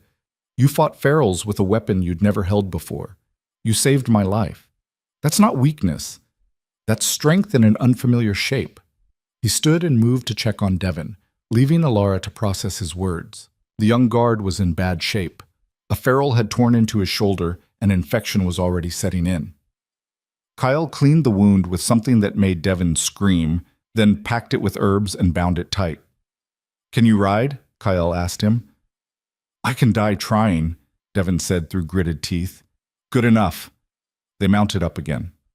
Ilara's leg throbbed despite the splint and the medicine, but it was manageable now. She could put weight on it without wanting to collapse. The path descended further, winding through narrow passages where the cliff walls pressed close on either side. Perfect ambush territory. But no attack came. Finally, they emerged onto flat ground. The stronghold loomed ahead, less than a mile away. That's when Ilara saw the gathered crowd. Hundreds of wolves lined the approach to the gates. Warriors in formation, civilians in their finest clothes, banners flying, a formal reception. "I wasn't expecting this," Kael muttered. "What's happening?" Ilara asked. "Word travels fast. They know I've returned with my mate. They're here to see you." Panic clawed at Ilara's throat. "I can't. I'm not ready." "You don't have to be ready. You just have to not fall off the horse." Kael's voice softened slightly. "They're not expecting perfection, Ilara. They're expecting their queen. Show them you exist. That's enough for today." The crowd parted as they approached, creating a corridor leading to the gates. Ilara could feel hundreds of eyes on her, assessing, judging. She sat up straighter despite the pain, refusing to slump. A woman waited at the gates, middle-aged, severe-looking, with steel-gray hair pulled back in a tight braid. She wore formal robes marked with symbols of authority. "Your Majesty," she said, bowing to Kael. "Welcome home." "Counselor Helena," Kael acknowledged. His tone was respectful but wary. "I didn't expect a formal reception." "We received word of your bonding. The council felt it appropriate to welcome your mate properly." Helena's eyes shifted to Ilara, and her expression remained carefully neutral. "My lady." Ilara nodded, not trusting her voice. "We have much to discuss," Helena said to Kael. "But first, I imagine you'd like to get your mate settled and see to your wounded." "Yes, prepare the healers. Devon needs immediate attention." "It's already arranged," Helena gestured, and several wolves moved forward to help Devon from his horse. Kael dismounted and reached up for Ilara. She slid down into his arms, her splinted leg unable to support her weight. For a moment she was pressed against his chest, close enough to feel his heartbeat through the leather. The bond flared between them, stronger than ever. She saw his eyes widen slightly, felt his sharp intake of breath. Then he set her carefully on her feet, keeping one arm around her waist to steady her. "Can you walk?" he asked quietly. "I can try. That's all I ask." They walked through the gates together, Kael supporting most of her weight, but making it look natural. The crowd followed, a river of wolves flowing into the courtyard. The stronghold's interior was massive. Stone walls rose 50 feet high, carved with scenes of battles and ceremonies. Torches burned in iron brackets, casting dancing shadows. The air smelled of smoke and pine and something else. Power, maybe. History. Helena led them across the courtyard to the main keep, a towering structure that dominated the complex. Inside, the halls were warmer, lit by fires and massive hearths. "Your chambers have been prepared," Helena said. "And I've arranged for a healer to attend to your leg, my lady." "Thank you," Ilara managed. Helena stopped at a heavy wooden door. "The council requests an audience at sunset. There are matters that require immediate attention." Kael's jaw tightened. "Morgana." Among other things, Helena's expression gave nothing away. "Rest until then. You'll need your strength." She left them at the door. Cale pushed it open, revealing a suite of rooms that took Alara's breath away. High ceilings with exposed beams, massive windows overlooking the mountains, a bed large enough for 4 people, a bathing room with a tub carved from stone, furs and tapestries and furniture that looked ancient and priceless. "This is too much," Alara whispered. "This is yours," Kyle said. "Our chambers. You're the Luna now. This is what that means." He guided her to a chair by the fire and helped her sit. Her leg was shaking with exhaustion and pain. A knock at the door. A healer entered. An older woman with kind eyes and hands marked by decades of work. "Let me see the leg," she said gently. Cale stepped back, giving the healer room to work. She examined the splint with a critical eye. "Who did this?" "I did," Cale said. "Good work. Probably saved the joint from permanent damage." She looked at Alara. "This is going to hurt, but I need to set it properly." What followed was agony. The healer manipulated Alara's leg, feeling for the damaged bone, trying to coax it back into alignment. Alara gripped the arms of the chair hard enough to leave marks, breathing through her teeth. Finally, the healer stepped back. "Better. Not perfect, but better. I'll mix a poultice that should help with the healing. But you need to stay off it for at least 3 days." "That's not possible," Kyle said. "She has to appear before the council tonight." The healer's expression was disapproving. "Then I'll give her something for the pain, but if she keeps pushing it like this, she'll be crippled permanently." "I'm already crippled," Alara said quietly. The healer met her eyes. "No, you're injured. There's a difference. Injured can heal if you let it." She left medicines and instructions, then departed. Alara sat there, staring into the fire, trying to process everything. She was in the northern stronghold. She was Luna. She'd killed 2 wolves. Cale's sister wanted them both dead, and in a few hours she'd have to face a council that would be looking for any excuse to reject her. "I can't do this," she said. Cale was silent for a long moment. Then he pulled up another chair and sat across from her. "When I was 16, he said, "my father died in battle. Suddenly, I was Alpha King. I had no training, no preparation, just a title in a territory full of wolves who didn't think I could lead." Alara looked at him. "The first council meeting, I threw up before walking in. I was so terrified I could barely speak. They ate me alive, questioned every decision, undermined every order. I went back to my chambers that night, convinced I'd destroyed everything my father built." "What changed?" Alara asked. "I realized they were right to question me. I didn't know what I was doing, so I learned. I found advisors I could trust. I studied. I trained. I made mistakes and survived them. And eventually, I became someone worthy of the title." "That's not the same. You were born to this. I'm just someone who saved the Alpha King's life, someone who fought ferals despite having no training, someone who refused to give up even when everything told you to." Kyle leaned forward.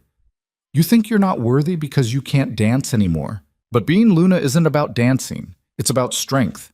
And you've shown me more strength in 3 days than most wolves show in a lifetime." Alara wanted to believe him, wanted to think she could be what he needed, but the doubt was still there, a weight in her chest. "Your council is going to take one look at me and know I don't belong here," she said. "Probably," Kyle agreed. "And then you're going to prove them wrong." A knock interrupted them. A young Omega entered carrying clothes.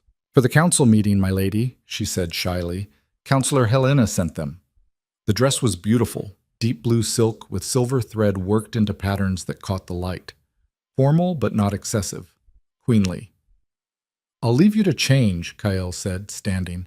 "I need to speak with my guards, get their report on the attack. I'll return before the meeting." He paused at the door. "Alara, you don't have to be perfect tonight. You just have to be present. Let them see you exist. Let them see the bond is real. That's enough." Then he was gone. Alara sat there for a moment, staring at the dress. Then, with the Omega's help, she began to prepare. The process took an hour. The Omega, her name was Lyra, helped her bathe in the stone tub, washing away days of dirt and blood and sweat. She combed Alara's hair until it shone, then braided it in a style that was simple but elegant. She helped her into the dress, working around the splinted leg. When Alara finally looked in the mirror, she barely recognized herself. The woman staring back looked like someone who belonged here, someone strong, someone whole, even if it was just an illusion. Kyle returned as promised, now dressed in formal black with silver clasps. He stopped when he saw her, his expression unreadable. "You look like a queen," he said finally. "I look like I'm playing dress-up," Alara said. "Same thing, at first." Kale offered his arm. "Ready?" "No." "Good. Neither was I my first time. We'll be terrified together." The walk to the council chamber felt like marching to an execution. The halls were crowded with wolves, all of whom stopped to stare as they passed. Alara kept her chin up, kept her expression neutral, kept putting one foot in front of the other despite the pain. The council chamber was a circular room with a domed ceiling. 12 chairs arranged in a semicircle, all of them occupied. 12 wolves, all watching as Kyle and Alara entered. Helena sat at the center, her expression grave. The others were a mix of ages and genders, all wearing formal robes marked with various symbols of office. "Your Majesty," Helena said, standing. "My lady, welcome." The other counselors stood as well, though some did so more reluctantly than others. Kyle guided Alara to a chair positioned at the front of the room, facing the council. He stood beside her, one hand on her shoulder. "Let's begin," Helena said. "First, formal recognition. Alpha King Kale Draven, you stand before this council with your claimed mate. State her name and the nature of your bond." "Alara Voss," Kyle said, his voice carrying through the chamber. "True mate bond, recognized and accepted by both parties." Murmurs rippled through the council. "True mate bonds are rare," one of the counselors said, an older male with white hair and sharp eyes. "We'll need proof." "The bond speaks for itself," Kyle said coldly. "Nevertheless, we've had false claims before. Show us." Kale's hand tightened on Alara's shoulder. Then he moved to stand in front of her, facing the council. "You want proof?" he said quietly. "Fine." He pulled off his shirt. Alara's breath caught. Across Kyle's chest, directly over his heart, a mark had appeared. Silver lines that looked almost like scars but glowed faintly. The mate mark. Physical proof of the bond. "Satisfied?" Kale asked. The white-haired counselor nodded grudgingly. "And the lady?" Alara understood. She stood, her leg protesting, and carefully lowered the shoulder of her dress. There, over her own heart, was the matching mark. Smaller, but unmistakable. The council erupted into whispers. "The bond is confirmed," Helena said. "Alara Voss is recognized as Luna of the Northern Territories." She should have felt relief. Instead, Alara felt only dread, because the hard part was just beginning. "Now," Helena continued, "to the matter of Morgana Draven." The room went silent. "She's made contact," Kyle said. "Sent ferals to attack us on the road. Issued an ultimatum. I abdicate within 3 days or she takes the throne by force." "Can she do that?" another counselor asked. "She has no army, no territory." "She has allies," Kyle said. "We've known that for years.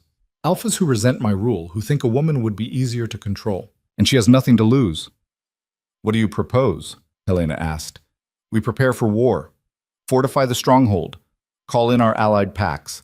Show Morgana that any attempt to take the throne will cost her everything." "And your mate?"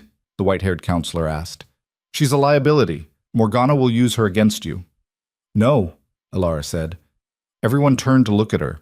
She stood, ignoring the pain in her leg, ignoring the fear clawing at her throat. "I'm not a liability," she said.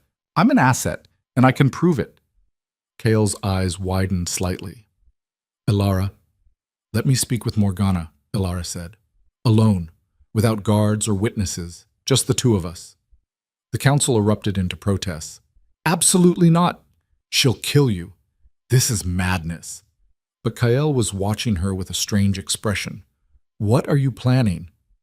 "Morgana wants leverage," Alara said. "She thinks I'm weak, that you'll sacrifice anything to protect me." "What if she's wrong?" "Explain," Helena said sharply. Alara took a breath. "What if I'm not a weakness to exploit? What if I'm the thing that makes Kyle stronger? Morgana's been away from court for years. She doesn't understand how mate bonds work. She thinks love is weakness. I can use that. Use it how? Kyle asked. Let me talk to her. Let me show her that I'm not afraid, that I'm not some fragile thing hiding behind you. Make her doubt her assumptions. And if she kills you, then the bond will cripple you both, Ilara said. She knows that. She won't risk it until she has no other option. The council chamber fell silent. Everyone was staring at her like she'd grown a second head.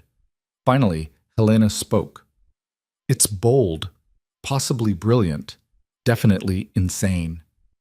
It's also our best option, Ilara said. Right now, Morgana thinks she knows everything about the situation. Let's prove her wrong. Kale was silent for a long moment. Then he turned to the council. Leave us. I need to speak with my maid alone. The counselors filed out, though several looked like they wanted to argue. When the door closed, Kyle turned to Ilara. That was either the bravest or stupidest thing you've ever said. Probably both, Ilara admitted. Morgana is dangerous, more than you know. If you meet with her, she'll underestimate me, Ilara said, because everyone underestimates me. It's the only advantage I have. Kale studied her face. You've changed since we left Shadowfen. I had to. No, you chose to. He moved closer. 3 days ago, you were ready to hide in that shack forever. Now you're volunteering to face my most dangerous enemy alone. What changed? Ilara thought about it. About Brennan's body falling. About fighting ferals in the darkness. About the moment she'd chosen to throw herself between Kael and death. I stopped believing I deserved to disappear, she said finally. Started believing I might deserve to exist. Kael's expression softened in a way she'd never seen before. For just a moment, the cold mask fell away completely, revealing something raw underneath. You deserve more than existence, he said quietly. You deserve to thrive. He reached out and took her hand. The bond flared at the contact, warm and electric. If we do this, Kael said, if we let you meet with Morgana, I need you to understand something. The moment I sense danger, the moment I think you're in real trouble, I'm coming for you. Bond or no bond, strategy or no strategy. I will burn down the world to keep you safe. The words settled over Ilara like a vow. Why? She asked. You said yourself you didn't want a mate. You're my mate, Kael interrupted. That's not nothing, and you've proven yourself in every way that matters. So yes, I'll let you do this insane thing, but I'll also tear apart anyone who tries to hurt you. Ilara's throat tightened. I won't let you down. You couldn't if you tried. They stood there for a moment, hands linked, the bond humming between them. Then Kael stepped back. We'll need to set up the meeting carefully. Neutral ground, limited time, rules that Morgana has to agree to. How do we contact her? She'll contact us. She's probably watching the stronghold right now, waiting to see what we do. Kael moved to the window, looking out over the mountains. We'll let it be known that you want to meet. She won't be able to resist. And if she agrees, then you'll face the most dangerous wolf I've ever known. And you'll either prove yourself stronger than she expects, or you'll get yourself killed. Encouraging, Ilara said dryly. Kyle almost smiled. I'm not good at encouragement, but I'm good at preparation. We have 3 days. I'm going to teach you everything I can about Morgana, her weaknesses, her patterns, her tells. You'll go into that meeting armed with more than courage. What are her weaknesses? Pride. She's brilliant, but she needs people to know it. She needs to be acknowledged as the smartest person in the room. Use that. Make her explain her plans. Make her show off. And while she's talking, you'll be learning. Ilara nodded, committing it to memory. When does the training start? Now, Kael said. If you're going to face my sister, you need to understand what made her the way she is. He settled into a chair by the fire and gestured for Ilara to sit across from him. Morgana and I were born 3 minutes apart, he began. Under pack law at the time, I inherited because I was male. She got nothing. She spent her entire life trying to prove that was a mistake. Over the next hours, Kael told her everything. About Morgana's brilliance and her rage. About the allies she'd cultivated in secret. About the coup attempt that had nearly succeeded 5 years ago. About the uneasy truce that had followed, with Morgana exiled to the borderlands. She's been planning this for years, Kael said. waiting for the right moment. And my bonding, that's her moment. She thinks a mate will make me weak. Will it? Elara asked. Kale met her eyes. I don't know, but I'm about to find out. The meeting with the council reconvened at midnight. This time, Elara stood beside Kael as an equal, not as a spectator. We've reached a decision, Kael announced. My mate will meet with Morgana, alone, in 3 days at the border marker between our territories. The council erupted, but Helena raised a hand for silence. And if Morgana refuses the terms? She asked. She won't, Elara said. She'll want to see me up close, want to assess the threat, want to prove she's smarter than everyone in this room. Helena studied her for a long moment. Then she nodded. Very well, but if this goes wrong, it won't, Elara said, with more confidence than she felt. The message was sent before dawn. By midday, they had Morgana's response. She agreed to the meeting, 3 days. Elara had 3 days to become someone capable of facing down Kael's greatest enemy. 3 days to prove she was more than a broken dancer. 3 days to show the Northern Territories that their new Luna wasn't a weakness to exploit. She was a weapon they'd never see coming. And as Kael began her training in earnest, teaching her the subtle art of reading opponents and controlling conversations, Elara felt something shift inside her. The girl who'd hidden in a shack was gone. In her place stood someone harder, sharper, someone who'd looked death in the eye and refused to blink, someone who might actually deserve the title of queen. 3 days passed in a blur of preparation. Kael drilled her relentlessly on Morgana's patterns, how she circled conversations, how she tested for weaknesses, how she used silence as a weapon. He made Elara practice holding eye contact until her eyes watered, practice controlling her breathing when her heart raced, practice keeping her face blank when her mind screamed. She'll try to get under your skin, Kael said on the second day, circling her like a predator. She'll mention your leg, your past. Everything she thinks will make you flinch. You cannot give her that satisfaction. I won't, Elara said. Prove it. Kael leaned close, his voice dropping to something cruel. Tell me, does it hurt? Knowing that everyone who sees you limping thinks broken? That even your own mate only accepted you because rejecting the bond would weaken him? The words hit like fists because they echoed every doubt she'd ever had. But Elara didn't flinch. She met his eyes and smiled. Does it hurt? She asked softly. Knowing your sister wants you dead? That half your council thinks she'd make a better ruler? That you're about to send your mate into danger because you have no better options? Kael's eyes widened slightly. Then he stepped back, and for the first time he looked impressed. Good. That's what I need. Hold on to that. By the third day, Elara's leg had improved enough that she could walk without the splint, though the limp remained. The healer had worked magic, or medicine close enough to it, reducing the inflammation and easing the grinding in the joint. It'll never be perfect, the healer said during the final examination. But it's functional. That's more than you had a week ago.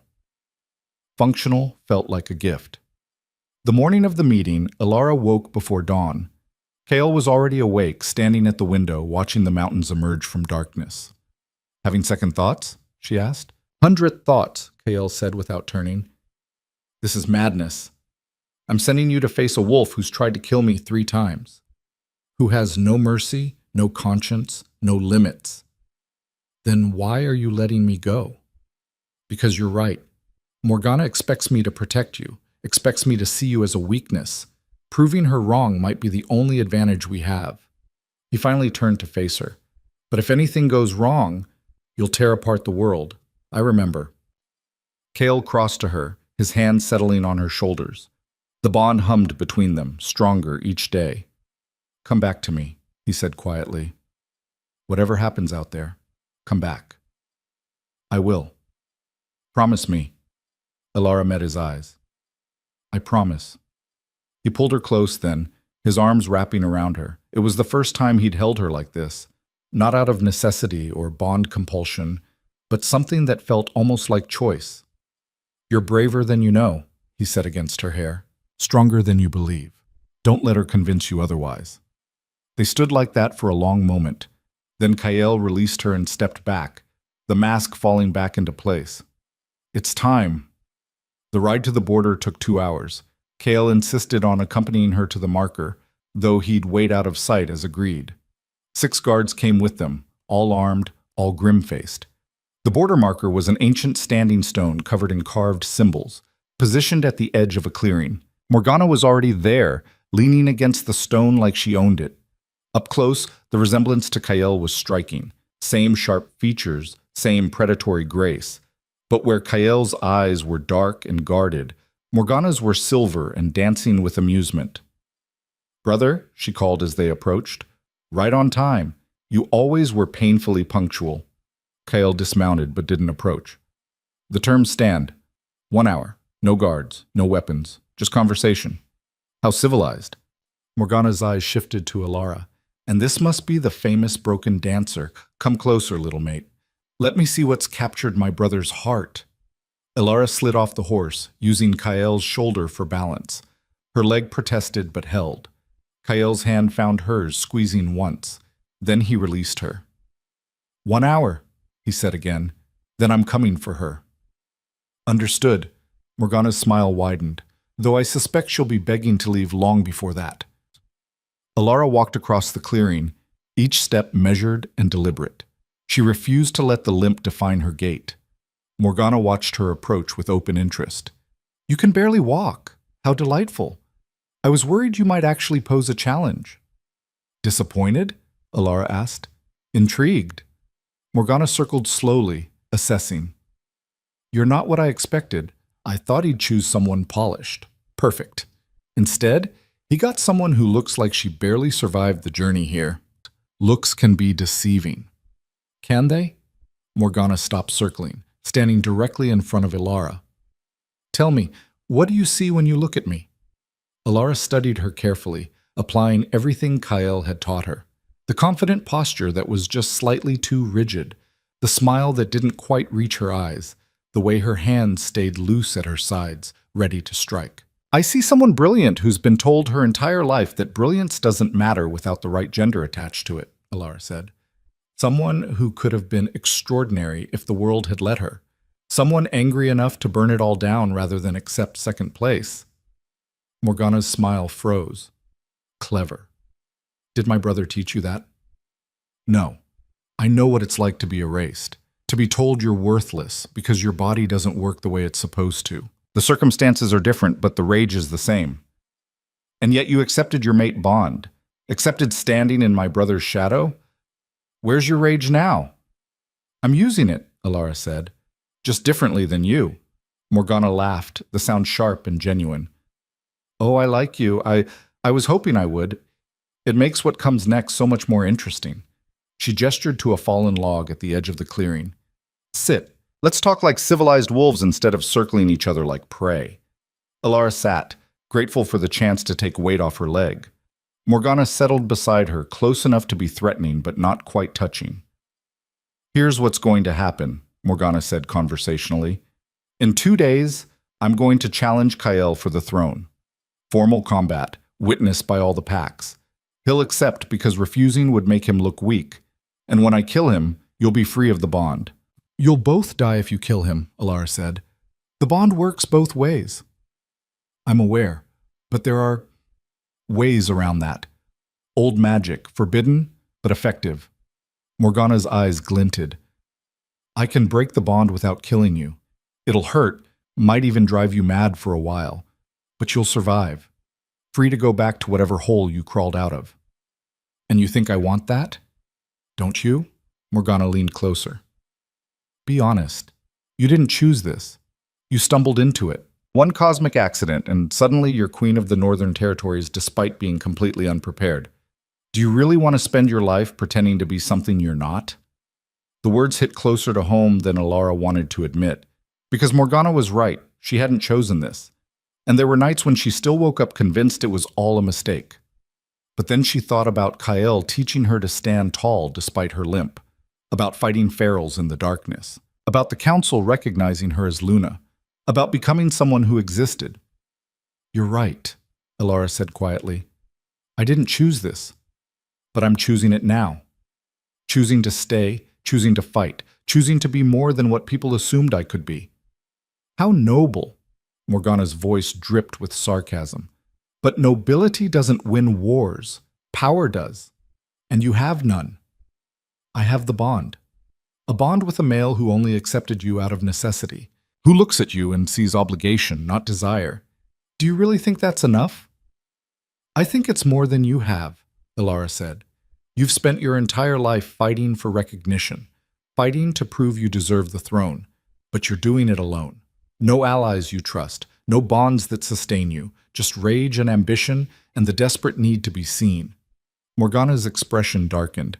Careful, little dancer, you're starting to sound insulting. I'm being honest.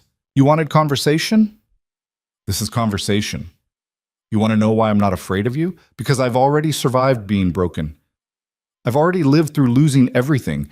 You can't threaten me with something I've already endured. Can't I? Morgana's hand shot out, gripping Ilara's injured leg with crushing force. Pain exploded through Ilara's hip and thigh.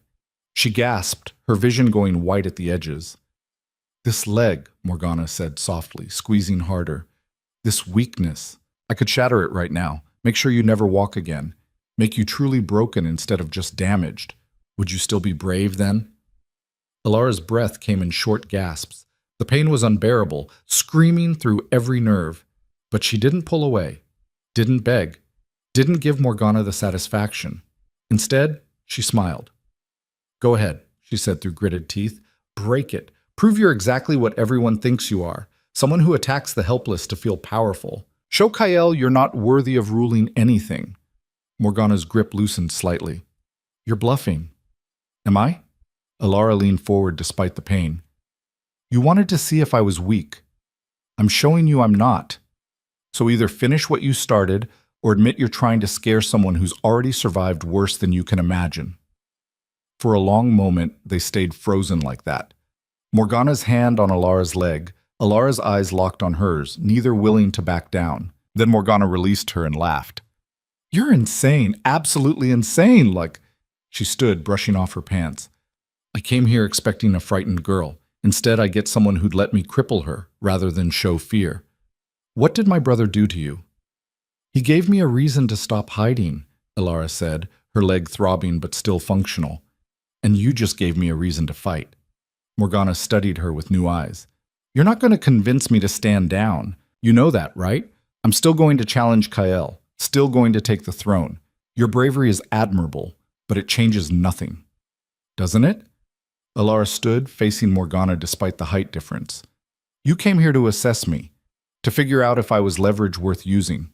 But I'm not leverage. I'm not a weakness. I'm the reason Kael is stronger now than he was a week ago. And when you challenge him, you're not just fighting him, you're fighting us, together. The bond doesn't work that way. You can't fight for him. I already have, Ilara interrupted. I've killed for him, protected him, stood between him and death. The bond isn't weakness, it's multiplication. Two wolves stronger together than they ever were apart. And that's something you'll never understand because you've never let anyone close enough to be your equal. Morgana's face went very still. You presume to know me? I know loneliness when I see it. Know what it looks like when someone's so afraid of being vulnerable that they push everyone away. You're brilliant, Morgana. You could be extraordinary, but you're so focused on taking the throne that you haven't stopped to ask what you'll do with it once you have it. Rule alone, watch your back constantly, spend every day wondering which ally will betray you next? Better than bending the knee to someone less worthy. Is Kael less worthy? Ilara asked. Or is he just different from what you wanted? He's not perfect. He's cold and calculating and sometimes brutal. But he's also fair, he listens, he learns. He's trying to be better than the system that created him. Can you say the same? Morgana was silent for a long moment. When she spoke, her voice was softer than before. You don't know what it was like. Being born 3 minutes too late. Being told my entire life that I was smart enough, strong enough, worthy enough for everything except the one thing that mattered. Watching my brother inherit a throne I could have ruled better. Watching him make mistakes I would have avoided. Knowing that the only thing standing between me and my rightful place was an accident of birth order. You're right, Ilara said. I don't know what that's like. My situation is different, but I know unfairness. I know rage. And I know that burning down the world to get what you deserve doesn't actually make you feel better. It just leaves you standing in the ashes, still angry, still alone. What do you suggest then? I just accept being second? I suggest you stop seeing partnership as surrender. Alara took a careful step closer. Kael isn't your enemy. The system that said you couldn't rule because of your gender, that's the enemy. Fight that. Change the laws. Make it so the next brilliant female born to a ruling family doesn't have to choose between rebellion and erasure. That's a legacy worth building. Morgana stared at her. You're suggesting I work with my brother. I'm suggesting you stop wasting your brilliance on a fight that will destroy you both. You could be his greatest advisor, his most trusted council member, the wolf who changes the entire structure of pack law. Or you can kill him, take a throne you'll have to defend every single day against wolves who'll never fully accept you, and die alone having changed nothing except who sits in the big chair. The clearing fell silent except for the wind rustling through the trees. Morgana turned away, her shoulders rigid. You make it sound simple. It's not simple. It's probably the hardest thing you'll ever do, but it's better than the alternative. And what makes you think Kael would accept me as an ally after everything I've done? Because he's not stupid. He knows your value. He's just been waiting for you to see it too. Alara paused. And because I'll convince him. That's what partners do. They make each other better. Morgana laughed, but this time it sounded almost genuine. You're either the bravest wolf I've ever met or the most naive. Maybe both. Morgana turned back, her silver eyes assessing. If I agree to this, and I'm not saying I am, what would this partnership even look like? I don't know. That's something you and Kael would have to figure out together, but it starts with you not trying to kill him in 2 days. That's simple? That's simple. Morgana was quiet for a long moment. Then she sighed. I'll think about it. That's all I ask. Don't mistake this for weakness, Morgana said sharply. I'm not bending the knee. I'm not admitting defeat. I'm considering an alternative that might be worth exploring. Understood. Morgana studied Alara one more time. I underestimated you. I won't make that mistake again. Good, because I won't underestimate you either. A strange understanding passed between them. Not friendship exactly, but recognition. Two wolves who'd both been told they weren't enough, finding common ground in the ashes of their shared experiences. Your hour is almost up, Morgana said, glancing at the sun.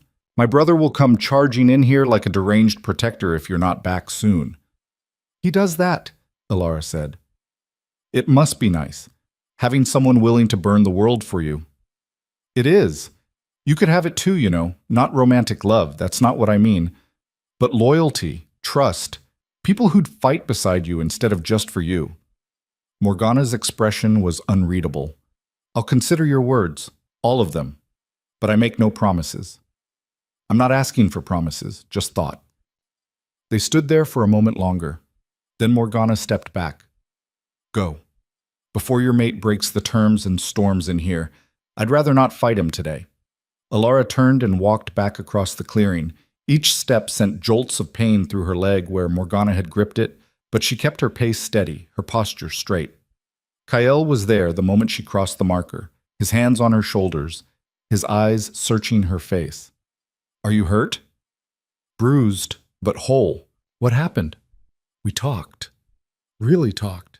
Alara glanced back toward the clearing, but Morgana was already gone, vanished into the forest like smoke. And I think I might have just prevented a war. Kael's eyes widened. Explain. On the ride back to the stronghold, Alara told him everything, the conversation, Morgana's pain, the suggestion of partnership instead of combat. Kael listened in silence, his expression growing more incredulous with each word. You talked my sister out of challenging me, he said finally. Maybe. She said she'd think about it. That's more than anyone else has ever achieved. Kael looked at her with something approaching awe. How? I understood her, understood what it feels like to be erased, used that to find common ground. Alara paused, and I might have pointed out that ruling alone would be miserable and ultimately pointless. You're remarkable, Kael said quietly. Absolutely remarkable. The words settled over Alara like a warm cloak. 2 days passed with no word from Morgana. The stronghold held its breath, waiting for either a challenge or a concession. On the third day, a messenger arrived bearing Morgana's seal. Kael read the message in silence, his expression carefully neutral. Then he handed it to Alara. It was short and direct. I propose a council meeting. You, me, Helena, and your mate. No guards, no witnesses. We discuss terms for a potential alliance. If I find them acceptable, the challenge is withdrawn. If not, we settle this the old way. Your move, brother. Kael looked at Alara. This is your doing. Our doing, Alara corrected. I started the conversation. You have to finish it. She might still be planning betrayal. She might, but I don't think so. I saw something in her eyes, exhaustion, loneliness, the desperate need for this fight to be over. Alara met his gaze. Give her a way out. Give her purpose without requiring surrender. She'll take it. The meeting was held at sunset, in the same council chamber where Alara had first been recognized as Luna. Morgana arrived exactly on time, alone and unarmed, as promised. She sat across from Kael and Alara, with Helena positioned as neutral arbiter. For a long moment, no one spoke. Then Morgana broke the silence. I'm tired, she said simply. Tired of fighting. Tired of being angry.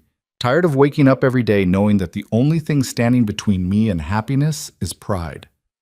Kael's expression flickered with surprise. Morgana, let me finish. Morgana's hands were folded on the table, her knuckles white. Your mate made some compelling arguments about legacy, about purpose, about the difference between taking power and earning it. And she's right. Killing you would give me a throne, but it wouldn't give me peace.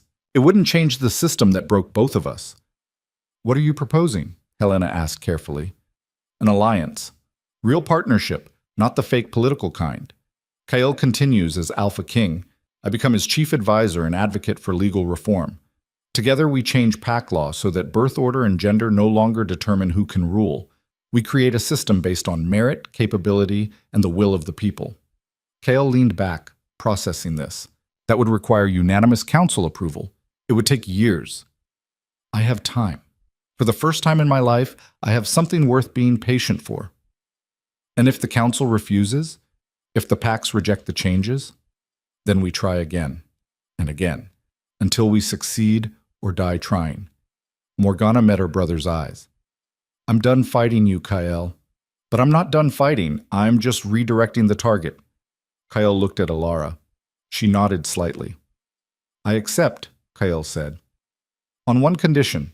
You swear loyalty not just to me, but to the Northern Territories as a whole. You work within the system, not against it. No more coup attempts. No more secret armies. No more plotting my death. Agreed. On one condition of my own. You listen when I speak.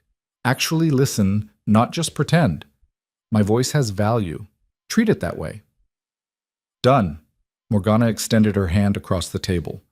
Kael stared at it for a moment, then clasped it firmly. The bond between them wasn't magical like a mate bond, but it was real. Brother and sister, finally on the same side.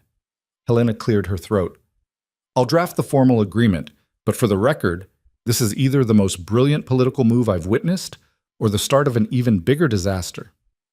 Time will tell, Morgana said. She looked at Alara. Thank you for seeing what everyone else missed. Thank you for being brave enough to change course, Alara replied. Morgana stood. I'll return in 3 days to sign the formal documents. Until then, try not to get killed. I'd hate for all this progress to be wasted. She left the chamber, her footsteps fading into silence. Kael turned to Alara. You just reshaped the entire political landscape of the Northern Territories. We did it together. No, this was you, your empathy, your courage, your refusal to see enemies where you could find allies. Kael's hand found hers under the table. You're not just my mate, Alara. You're my equal, my partner, and the best decision I never knew I was making. The words made her chest tight with emotion. Over the following weeks, things changed. Morgana returned and signed the alliance. The council, shocked but pragmatic, began the slow work of legal reform. Alara's leg continued to improve. The healer had been right. It would never be perfect, but it was functional. She could walk without pain most days, could even dance in her own way when the mood struck. She started teaching the younger wolves in the stronghold. Not ceremonial dance, she'd never do that again, but movement. How to use an injured body in combat. How to turn perceived weakness into unexpected strength. The younglings loved her. The older wolves learned to respect her. And slowly, steadily, Alara stopped feeling like an imposter wearing a crown. She became the crown.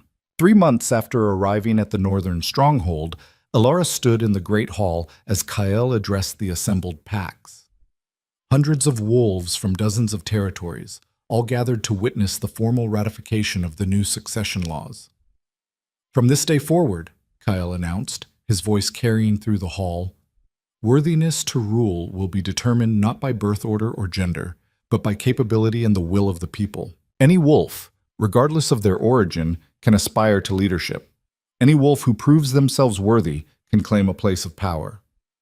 The hall erupted in mixed reactions, cheers from some, grumbling from others. Change was never easy, but it was happening. Kael gestured for Alara to join him on the platform. She walked forward, her limp still visible but no longer defining her.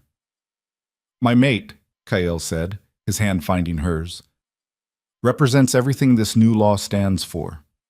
She came from nothing, was broken by circumstance, was told she had no value, and she proved everyone wrong. She saved my life, prevented a civil war, changed the course of our entire territory, not because she was perfect, but because she was brave. The hall fell silent, every eye on Alara. Look at her, Kael continued. See what I see. Not a damaged wolf pretending to be whole, but a warrior who turned her scars into strength. A leader who chose compassion over cruelty. A queen who earned her crown not through birthright, but through courage. He turned to face her fully. You asked me once what happens when we got here. To the stronghold. I told you you'd be trained to be a queen, but I was wrong. You didn't need training, you needed opportunity, and you took it. Tears pricked Alara's eyes. She blinked them back, refusing to cry in front of hundreds of watching wolves. Thank you, she said quietly, for seeing me, for giving me a chance to see myself. Kael pulled her close, and the bond between them flared bright and warm.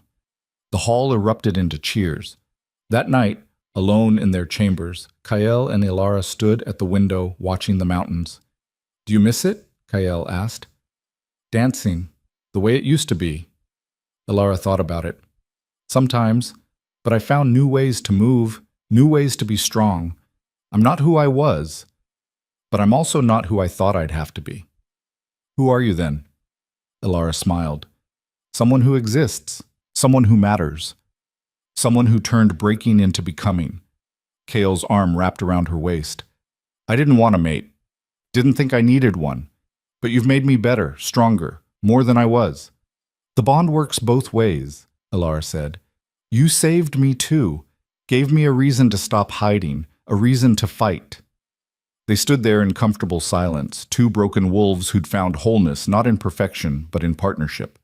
Months turned to years. Morgana became Kael's most trusted advisor, her brilliant mind finally directed toward construction instead of destruction. Together, they reshaped pack law across the Northern Territories. Alara's school for warriors with disabilities grew, attracting wolves from territories hundreds of miles away. She taught them what she'd learned, that injury wasn't ending, that scars could be sources of strength, that there was always another way to move, fight, exist. The bond between her and Kael deepened, not into the fairy tale romance the pack elders told stories about, but into something more substantial. Partnership, trust, mutual respect that grew into genuine affection, love, in its own complicated, imperfect way. 5 years after leaving the Shadowfen territory, Alara returned. Not in secret, not in shame. She rode through the gates at the head of a formal delegation, Kael beside her, wearing the full regalia of the Luna of the Northern Territories. Alpha Corwin met them in the courtyard, his expression carefully neutral. He'd aged in 5 years, gray threading through his hair. Your Majesty, he said, bowing. My lady, we're honored by your visit. We've come to discuss a treaty, Kael said.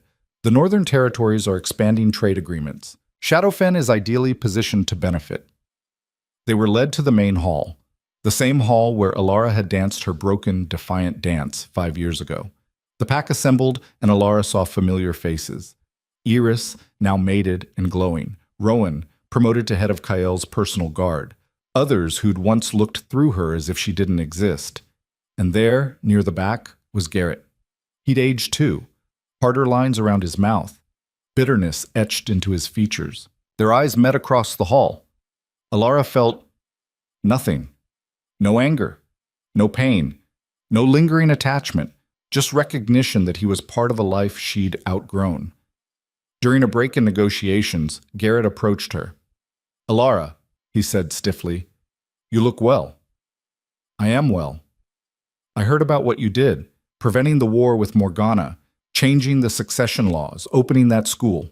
He paused. "I was wrong about you. I'm sorry." The apology came 5 years too late to matter. "Thank you," Alara said. "I appreciate that. Do you—" Garrett stopped, started again. "Do you ever regret it? Leaving here? Accepting the bond?" Alara looked across the hall to where Kael stood discussing treaty terms with Alpha Corwin. He glanced up, caught her eye, and the bond hummed with warmth. "Not for a second," she said. Garrett nodded. "I'm glad. Truly. You deserve happiness." He walked away, and Alara let him go without looking back. That night, the Shadowfen pack held a feast in honor of the delegation. Alara sat at the high table, Kael beside her, looking out over the hall that had once been her entire world. It felt small now. Not in a cruel way, just limited. A chapter of her life that had closed, making room for something bigger. After the feast, she asked Kael if she could visit her old shack. "Are you sure?" he asked. "I need to see it. One last time." They walked through the territory together, guards trailing at a respectful distance.